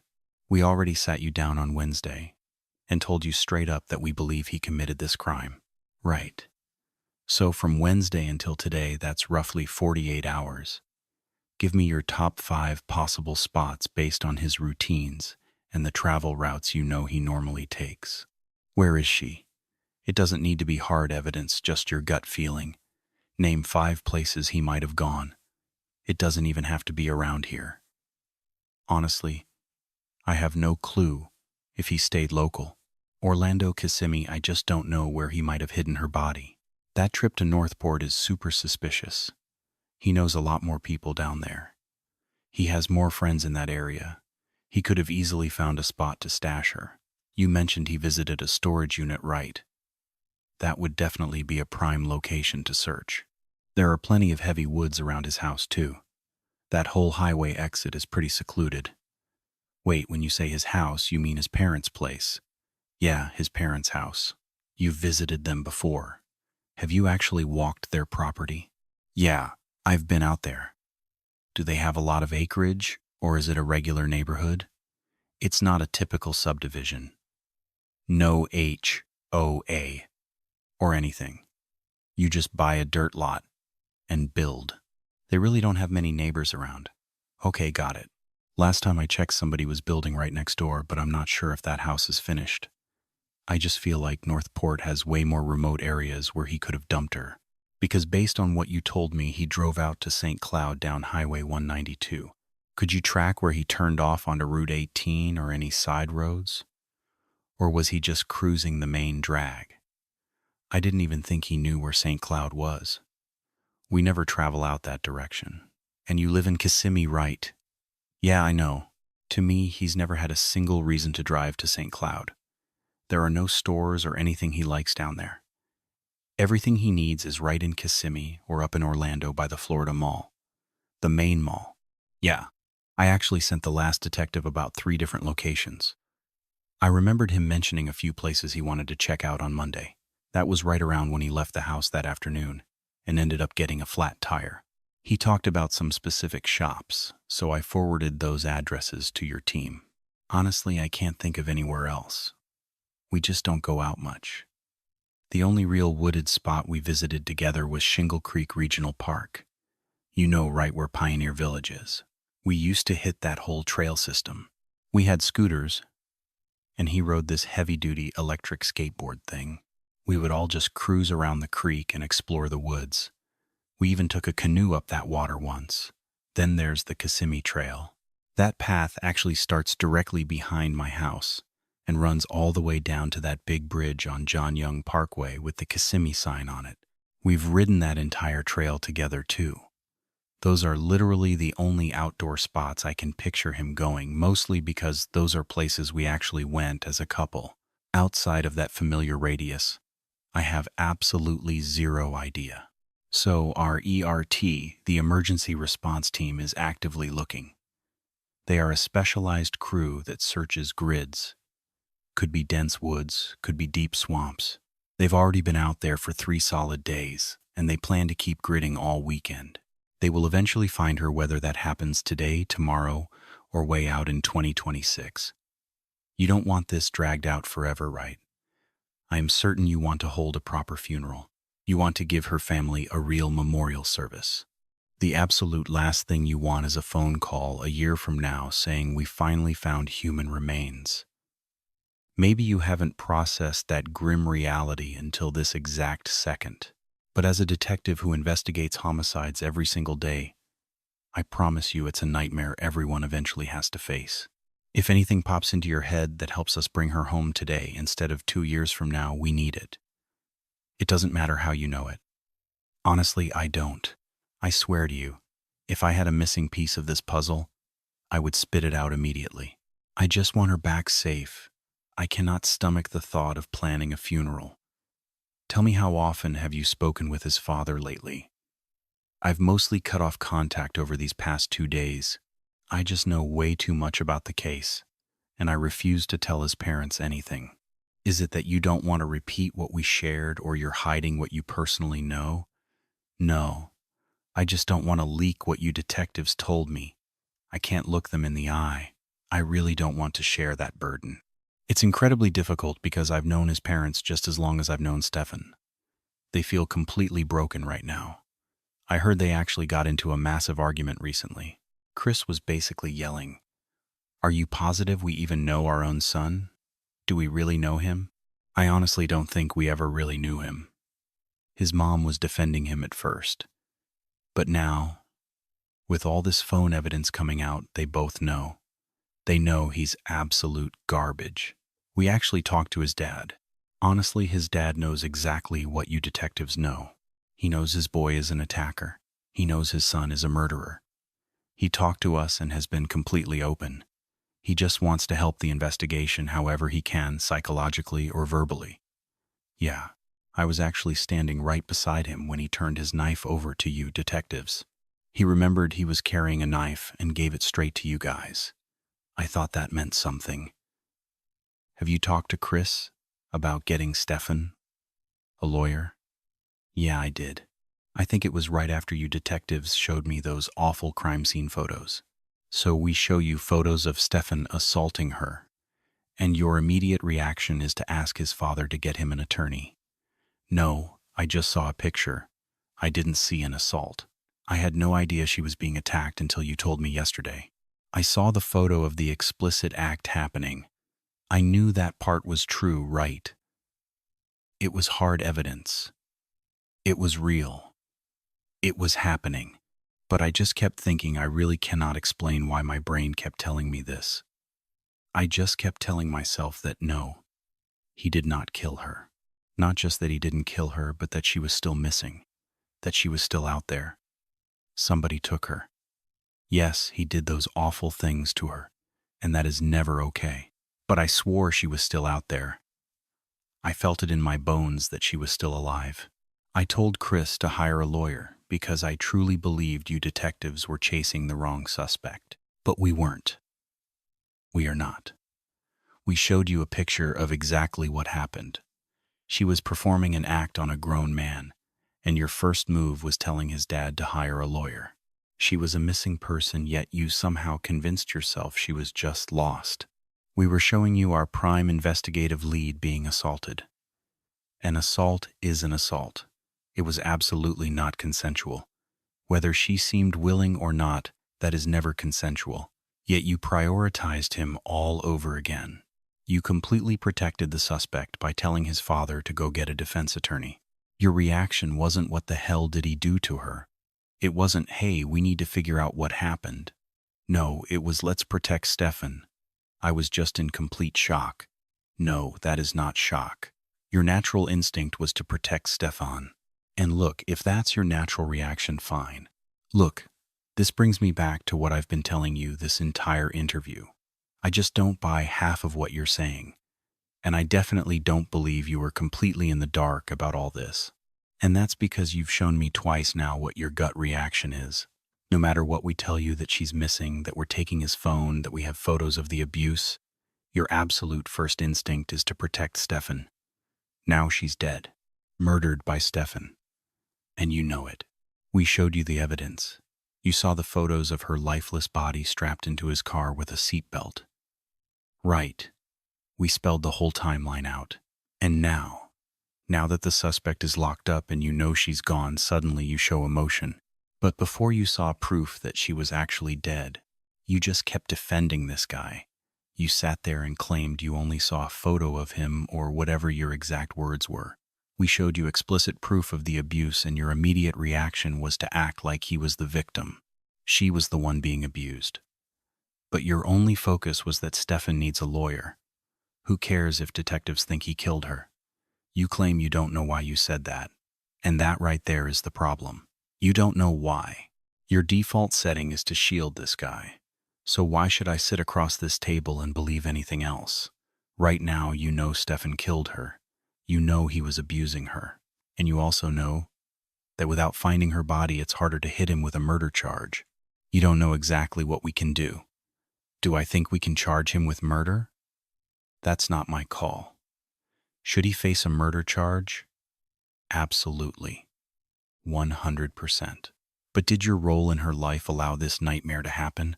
I'm going to be completely honest. Yes. Ever since she was just a little kid, the abuse was happening right under your roof and you just pretended it wasn't real. Even knowing about the abuse, knowing it was ongoing, actually seeing photographic proof of it, not just detectives sitting here saying they had a bad relationship. We didn't just tell you, we showed you the physical evidence of what he did. And you still covered for him. How can I not assume your thought process is that without a body, Stefan beats the murder charge? We both know you don't want him charged. You just wanted him to have a lawyer. You can sit there and say no, but it's true.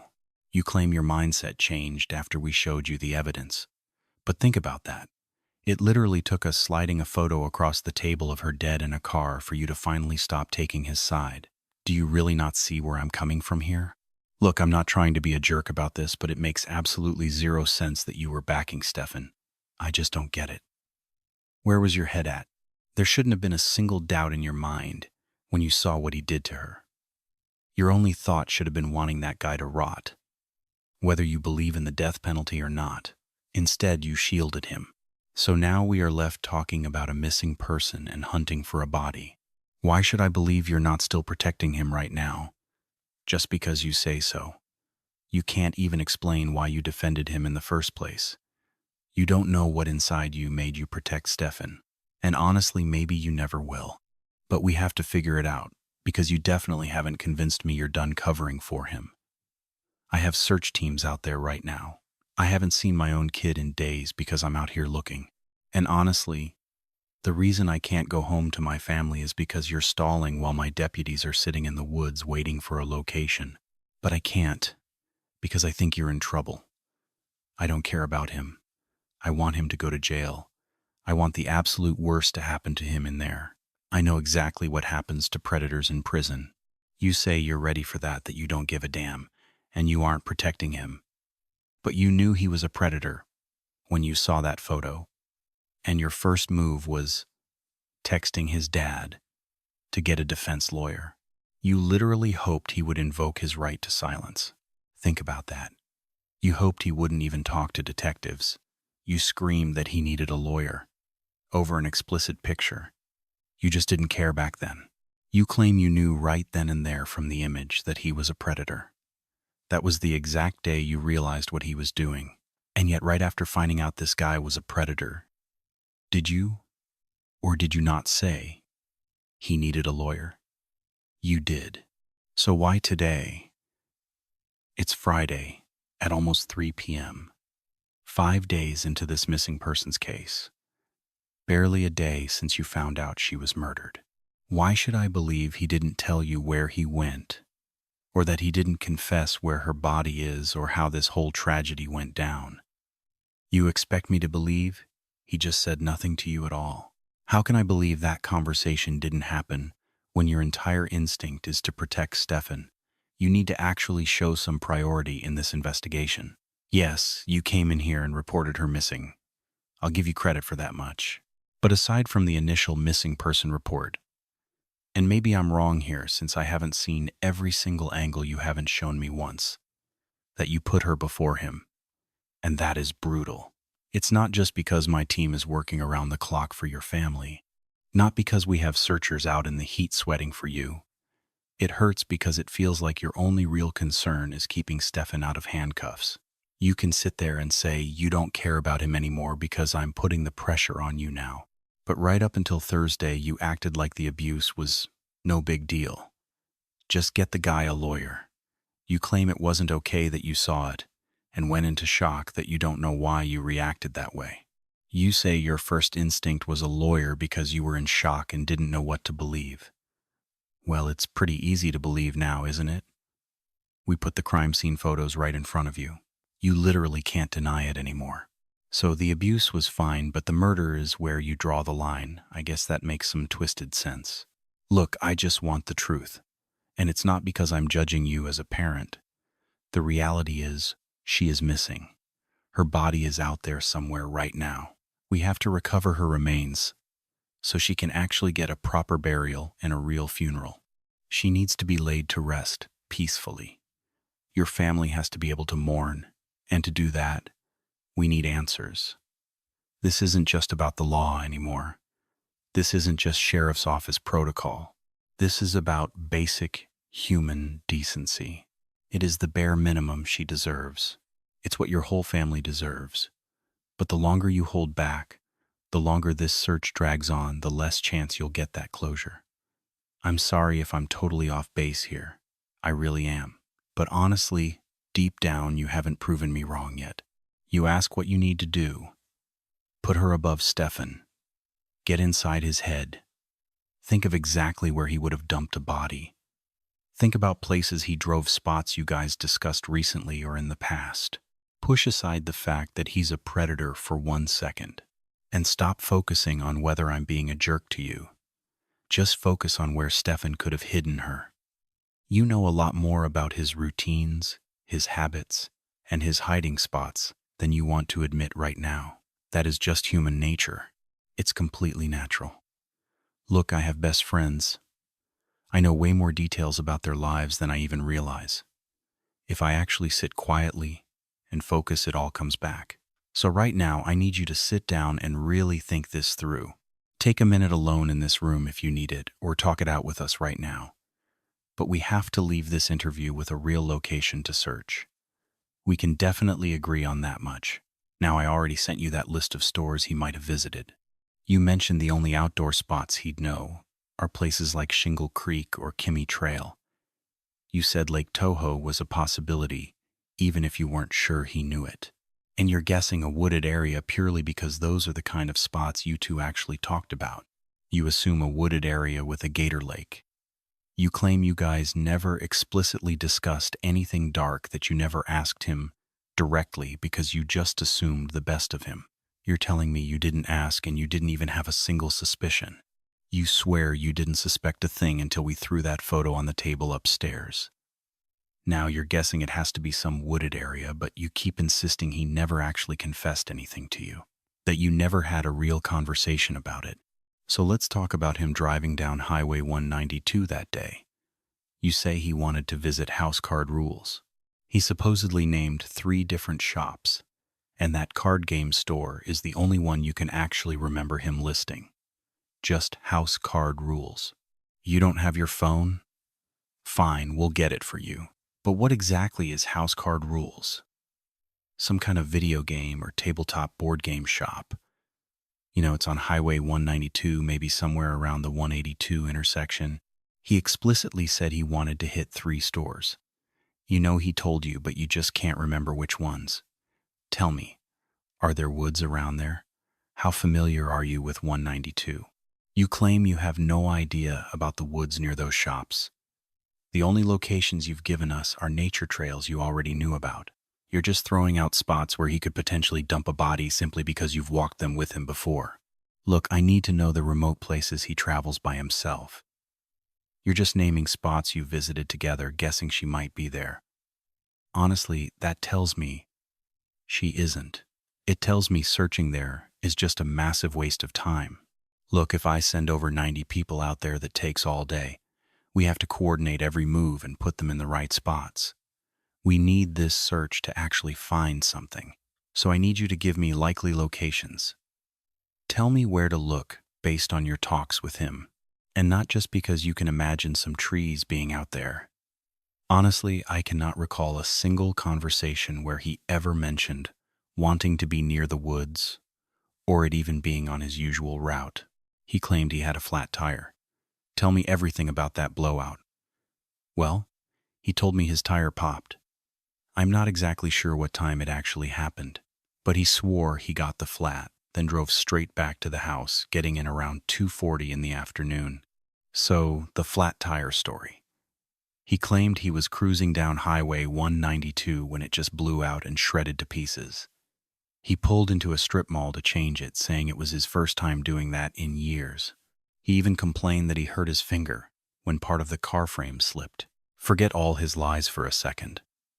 I want to know exactly what you asked him. Why was he even out there? What was he doing? There is absolutely no way you are the most trusting woman alive. You had to have asked him some clarifying questions. I have never seen a relationship quite that trusting. A guy says he is out at 3 in the morning buying snacks, and you just buy it. Same deal here. He tells you he got a flat tire at some random spot. Why is he even hanging around those places? Did you really not press him on it? Why were you driving down Highway 192?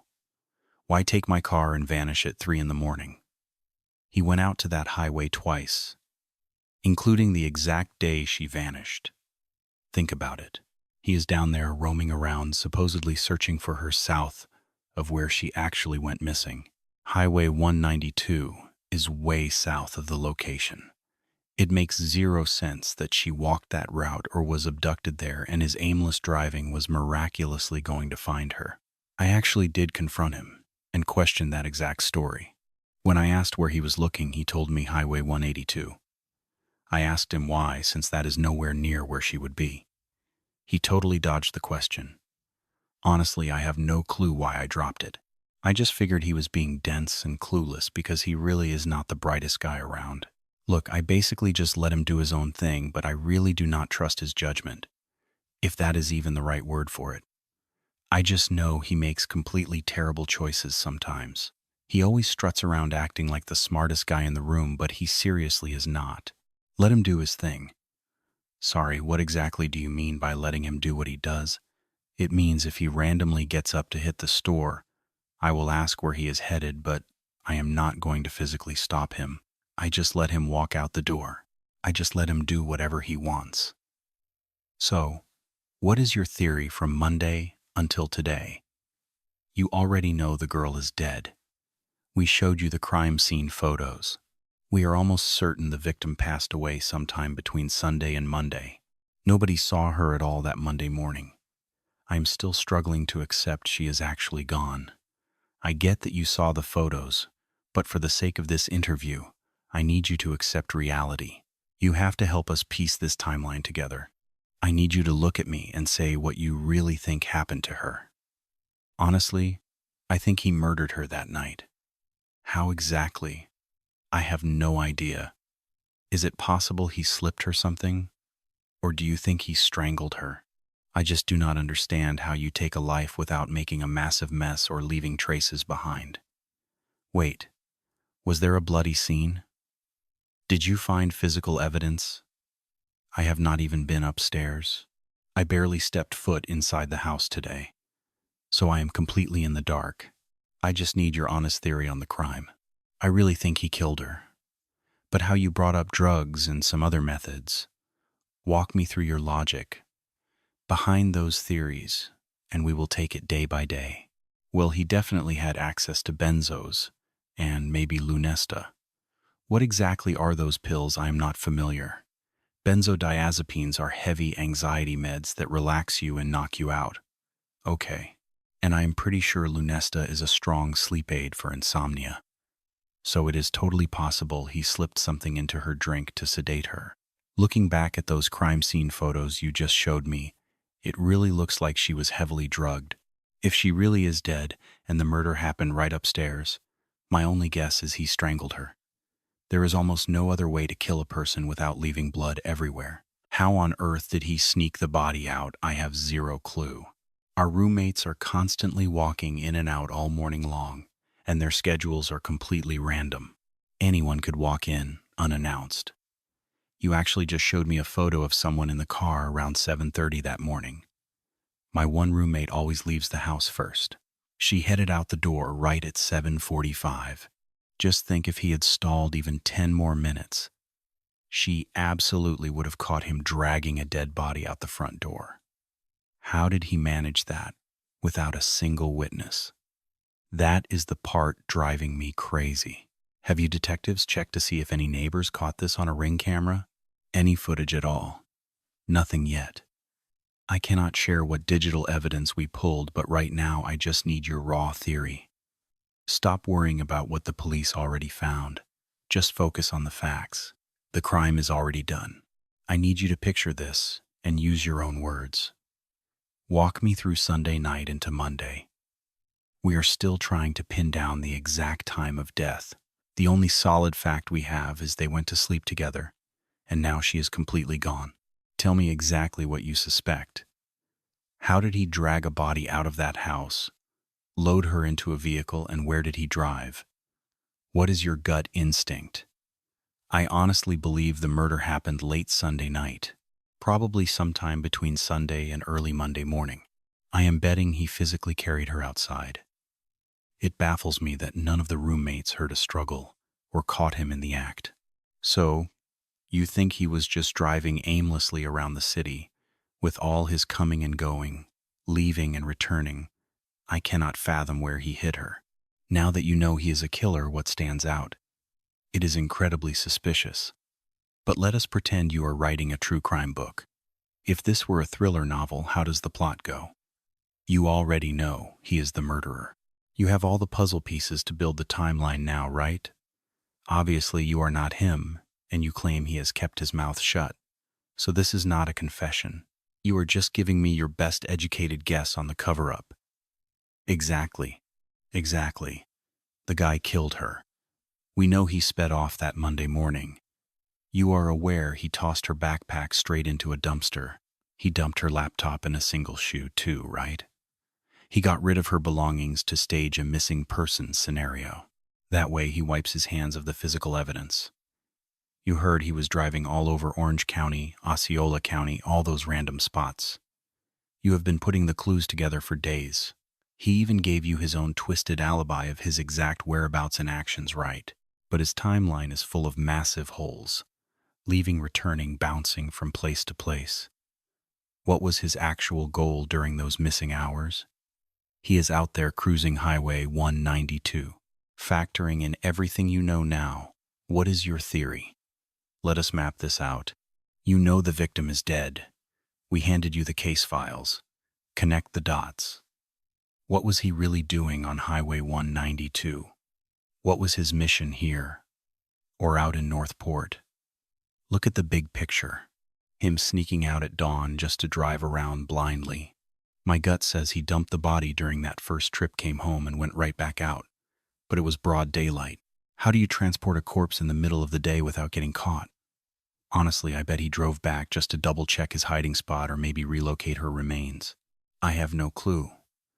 But leaving the house repeatedly without his cell phone is beyond sketchy. That is incredibly suspicious.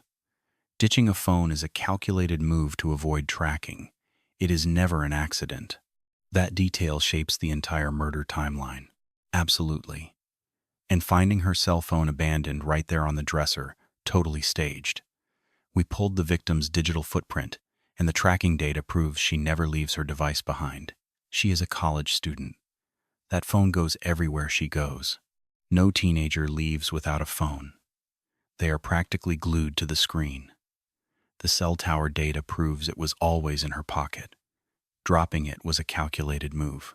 You know it was a cover-up because the suspect left his behind too. Exactly.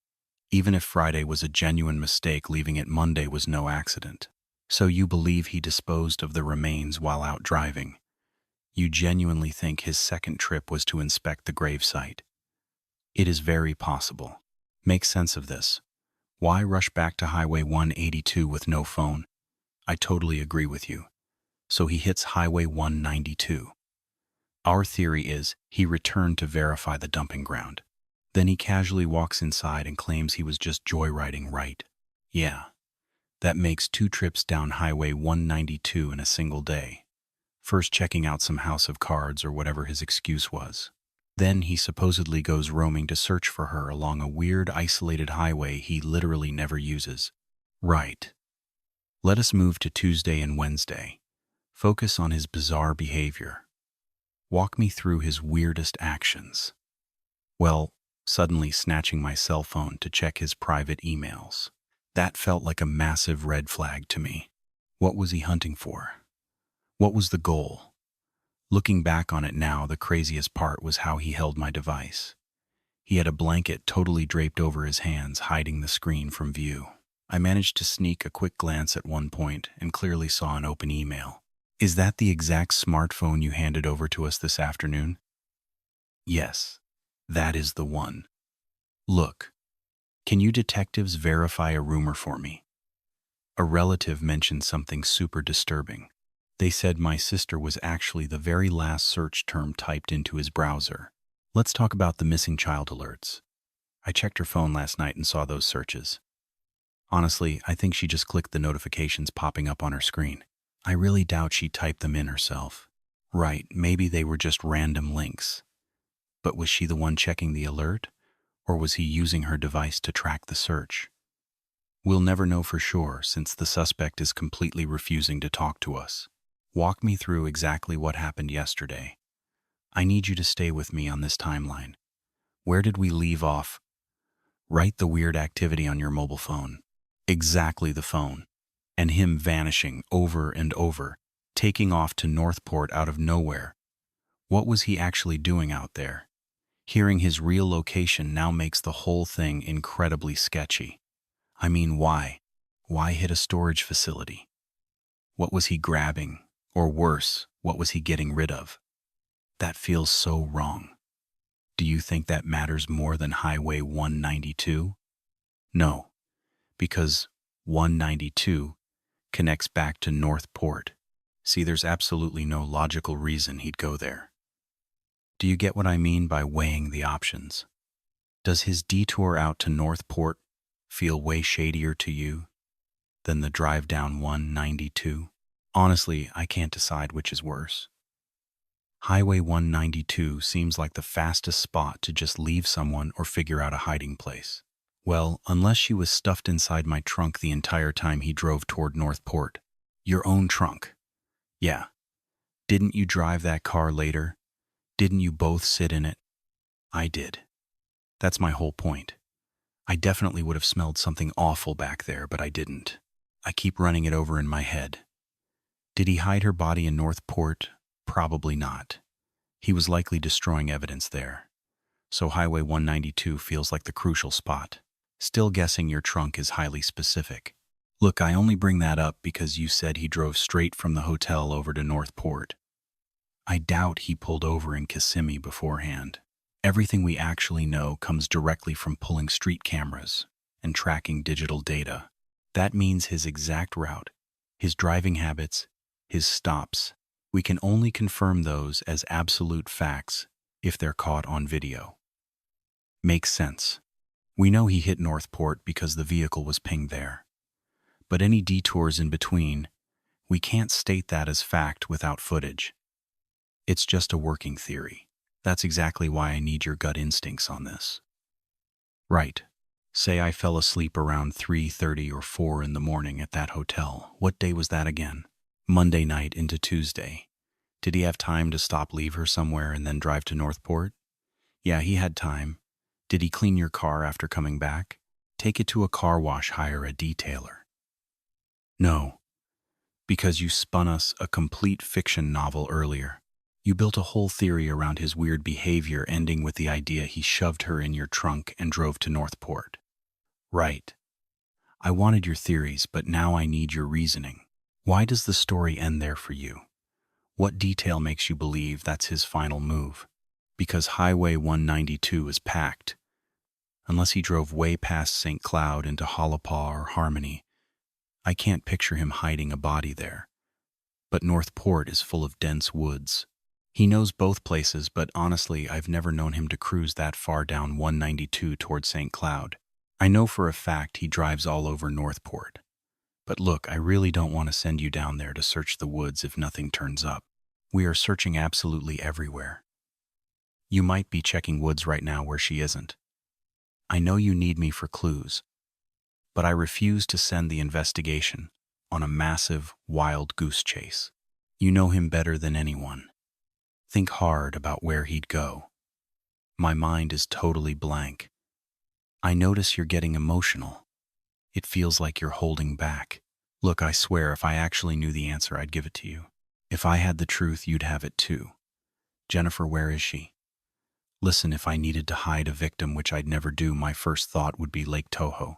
Tons of deep woods and a lot of gators out there. God, I can't bear thinking about that. I know it's brutal, but like I said, reality is catching up. The county sheriff's department literally just recovered another missing person recently. Missing for years and they still turn up. Sometimes fast, sometimes it takes a while. Let's pray we find her this weekend. But we will find her. The real question is, when we do, will the evidence prove you held back during this search? Did you actually give this investigation your all? Because if you lied, consider the fallout. Obstructing a major murder case or a capital crime carries massive penalties. You could be facing the exact same prison time as him. Look, we both know I don't buy your story. And you know I think you're protecting Stefan. But eventually you have to prioritize staying out of a prison cell. Makes sense. If we prove you sat in that chair and lied that you covered for him or knew the whole time, you'll be waking up in a cell. I swear, if I knew his secrets, I'd spill them. He hasn't said a single word about it to me. I suspected absolutely nothing. He never gave me any solid details about his routes that day besides the random trips I already mentioned. I'm telling you my truth. After these weird drives to Northport or Highway 192, did he ever change his clothes? Did he walk in looking messy, covered in sweat or dirt? I don't think he even showered. He packed barely any clothes, so he's just worn the same outfit on repeat. Sure, maybe he came back looking gross and sweaty after supposedly fixing that flat tire, but I wasn't at the house to catch it. Outside of that specific excuse, I never saw him walk through the door looking dirty or exhausted. Did his routine change at all around the house? Not really. He acted totally normal, just relaxing in the desk chair, chatting with me about running a software update on his phone. Did he actually keep tools in his trunk for a flat? Normally, yeah. He mentioned having a jack and an iron back there. Did he bring them inside afterward? No. I'm pretty sure he left all the gear in the vehicle. Did you ever actually check his car to prove the tire was changed? Honestly, I don't think so. It never crossed your mind to verify his story, because you were already out of the house when he supposedly got back, right? Right, like you said earlier. Yeah, and that's exactly when she vanished. Yeah, during that time frame. And it never hit you to wonder, did he really fix that tire? I should check. We got back extremely late. It just didn't cross my mind. That's part of our main problem. You ignored so many red flags without asking questions. How can we possibly believe you're clueless about this? I don't know what to say. I guess I'm just naive, gullible, and way too trusting. I never pictured him doing something this evil. I didn't doubt him. But you knew he was a vindictive guy. You explicitly called him shady. You gave us stories proving he lies to his relatives, to you, to everyone. Lying to them, sure, but not me. You literally said he was a bad guy. You didn't paint a pretty picture. So your blind loyalty makes zero sense. Despite everything he's done, you still sit here and defend his character like he's innocent. He steals from his own parents, right? Yeah, but he never robbed me. You two are broke. Yet, he's constantly buying packages online, buying stuff just for himself. You called him a selfish thief. You literally said he robbed his own parents. Yet you blindly trust a proven liar. Look, I thought he was innocent. What really happened to her? What did he do? I can't even wrap my head around this nightmare. I think my only question was about the school run. When I phoned him to come to my work, I just asked, "You dropped her at class, right?" Because she never arrived. He just said yes. So I demanded to know where he dropped her. Listen, you both sat in that car Tuesday night for 4 solid hours. Just the two of you inside. Right. Don't tell me you guys never talked about it. Any normal person would be grilling him. He was the absolute last one with her. What the hell actually went down? You never did that in that car. I remember scrolling on my phone. He actually used my phone. For a little bit. Look, I was heavily medicated. Just completely zoning out. I wasn't putting any clues together at all. I honestly never asked him. The only thing I asked him that one single time was if he dropped her off at school. That answer was totally enough for me then. I just wanted to avoid thinking the absolute worst, I guess. I honestly didn't think he was capable of anything bad. Obviously now I know the truth. But back then I was still falling for every single lie he told me. Teenage robbery suspects always use the excuse of, "I was high on bars." I took Xanax. I blacked out entirely. Right. Every single young suspect you interview claims they were medicated or high incapacitated drunk. It is just a convenient excuse to avoid confessing to what actually went down. When you claim you were medicated, I cannot think of any pill that numbs you so much. You ignore an active police investigation happening right in front of your face. Blaming the medication is just an excuse. You are using it to dodge explaining why you never asked him what really happened. It downplays your interaction by claiming you weren't totally coherent. I do not know a single person who can sit in a car, watch detectives and crime scene units, search a house, seize a property, and be so out of it that alarm bells do not ring. No tiny pill overcomes that level of shock. There is absolutely no way the human body ignores a massive crisis like that. You did not take enough drugs to totally blind you to the dark reality unfolding outside. Honestly, unless you were completely unconscious, there is no way you were so numb that his entire story didn't stay right at the front of your mind. You were not numb, just like those teenage suspects we catch are never actually blacked out. They were never too high to remember the crime. They just refused to confess. No, it seriously wasn't clicking in my head. None of it made sense to me. Even with you detectives explaining it, the whole situation just wasn't as obvious as you make it sound. I totally bought the story he spun for me while we sat in that car. I fully believed every single word. I never doubted him once. I genuinely thought you police were chasing the wrong person. I figured you were wasting precious time and the real kidnapper was out there trafficking her right then. My absolute worst fear was her being sold into sex trafficking. It never crossed my mind that she might actually be dead. But someone cared enough to hire him a lawyer. I seriously thought you guys were just hunting for her body. Right from the very start, our main goal was to find her. That was always our biggest priority in this missing person case. Arresting him for abusing her was actually a complete accident. We only found out she was a victim because we seized his cell phone. And I am just so glad you took his phone, because otherwise the abuse would have kept happening. Well, it wouldn't have, because he murdered her that Monday. I just meant if she had somehow been rescued alive. I know I asked this already, but do you have a map you can show me? Maybe a highlighted driving route he might have taken. I want to see if I recognize a landmark or suspect a location. I can easily pull up a map on my phone of the spots you mentioned, and we can check. Sure thing. You mentioned House of Cards earlier. No, it was House Game Rules. House Rules down on Vine Street, right by Oak Street. Yep, there you go. That is House Game Rules. Go ahead and drag the map around however you need. That whole area is woods. Oh my God. Honestly, Florida is mostly just heavy wetlands. So anything showing up green on the screen might not be a dense forest at all. We are mostly looking for spots you think fit his exact driving route, not just random green patches on the map. Yeah, behind the house gate there is lake access. That right there is the one single hobby shop I clearly remember him saying he planned to visit that Monday. He called it House Game Rules. Did he actually make it there? I have no idea. Look, whenever we drove down Highway 192 together, we usually headed straight toward Disney. I find it extremely weird you detectives keep bringing up St. Cloud. I never once traveled into St. Cloud with him.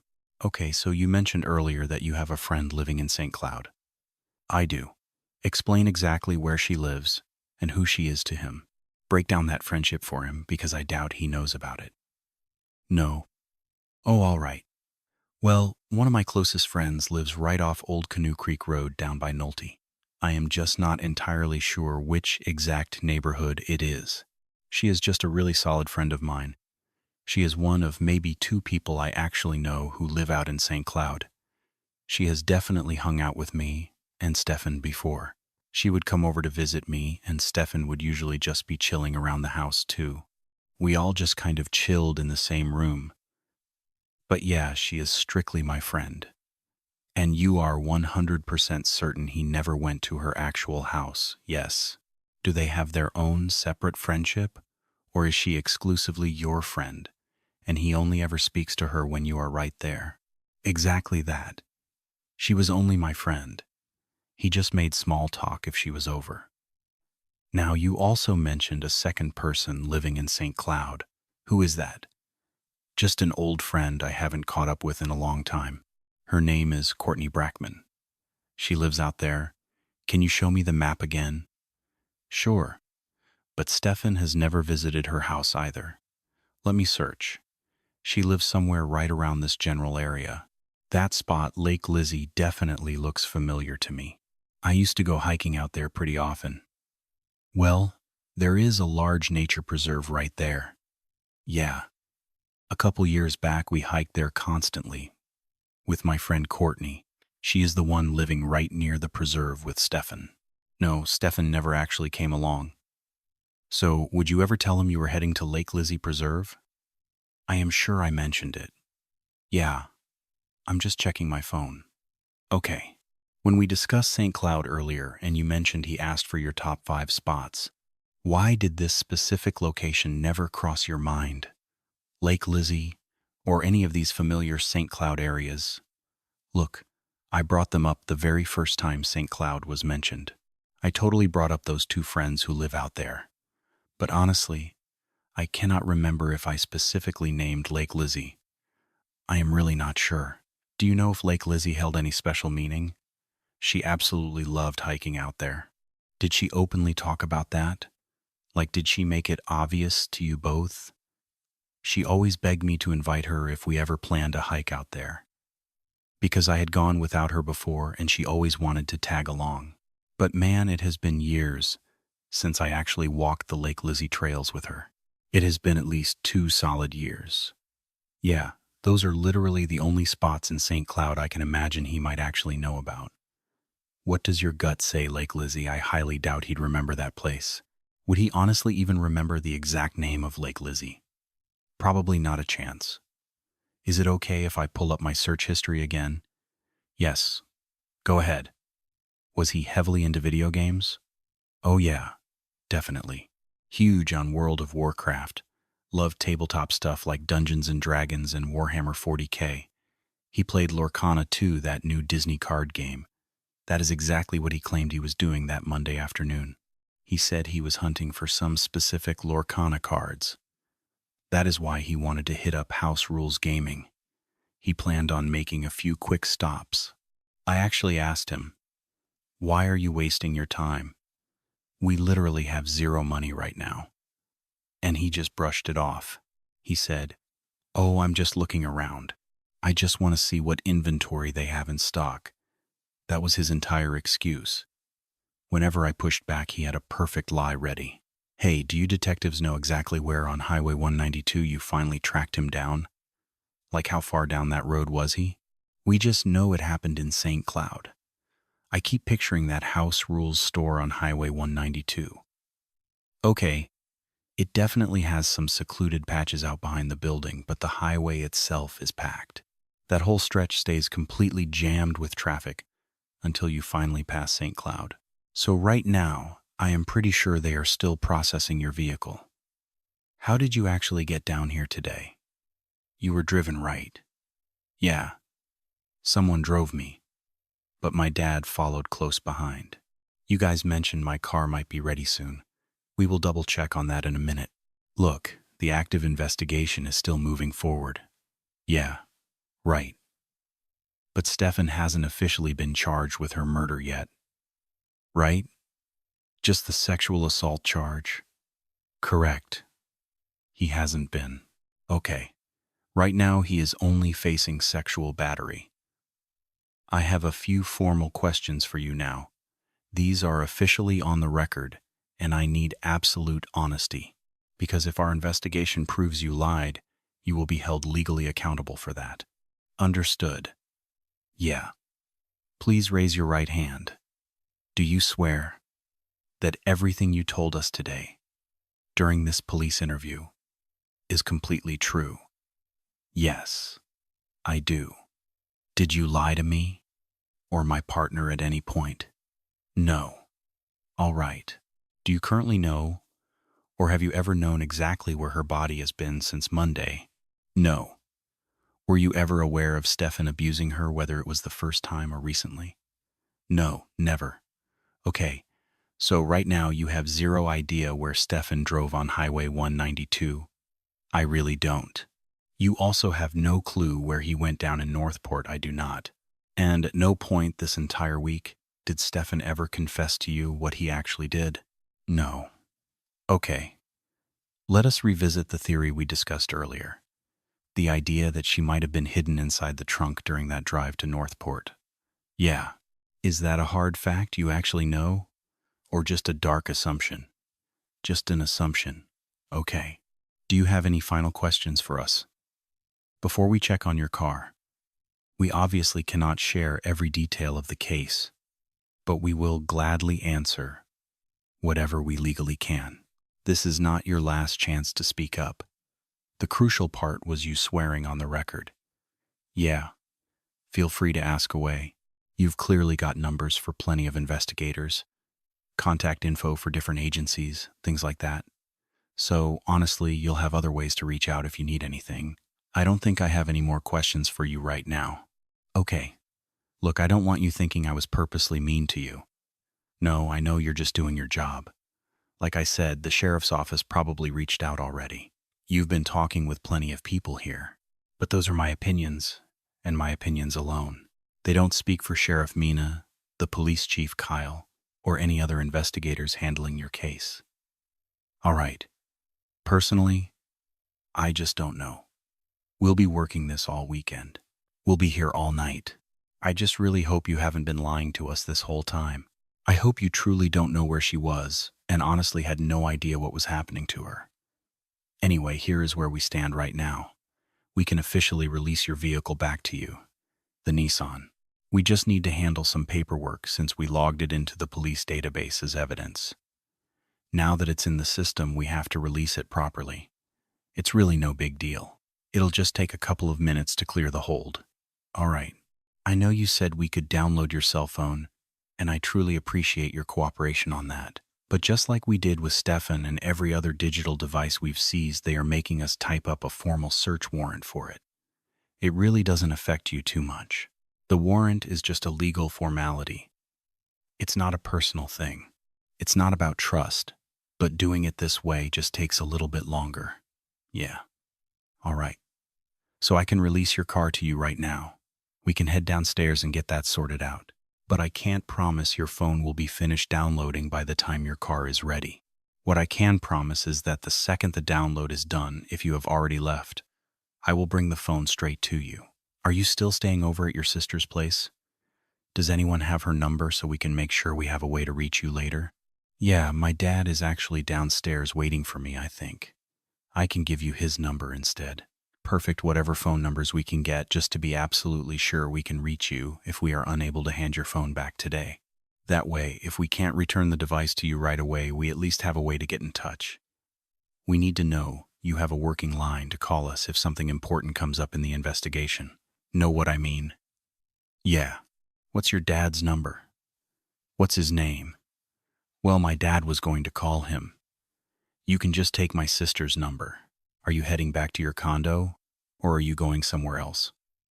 Honestly, I don't think I'm ever going back to my house again. I just don't want to. He is so stupid. Here is what we will do. We'll walk you out to the rear parking lot since your car is parked in the back corner. I will walk with you. We'll head out the back way to avoid the main lobby. There was a big press conference today. Obviously, none of us actually got to watch it or hear what was said. I'm assuming it was just a case update, but we're taking the back exit to get your car. That way we avoid dragging you through the front lobby and making you wait. I don't know if news crews are still out there. I figure you're really not in the mood to go parade past 32 news cameras right now. So we'll slip out the back to grab your vehicle. I'll show you the easiest way out of here.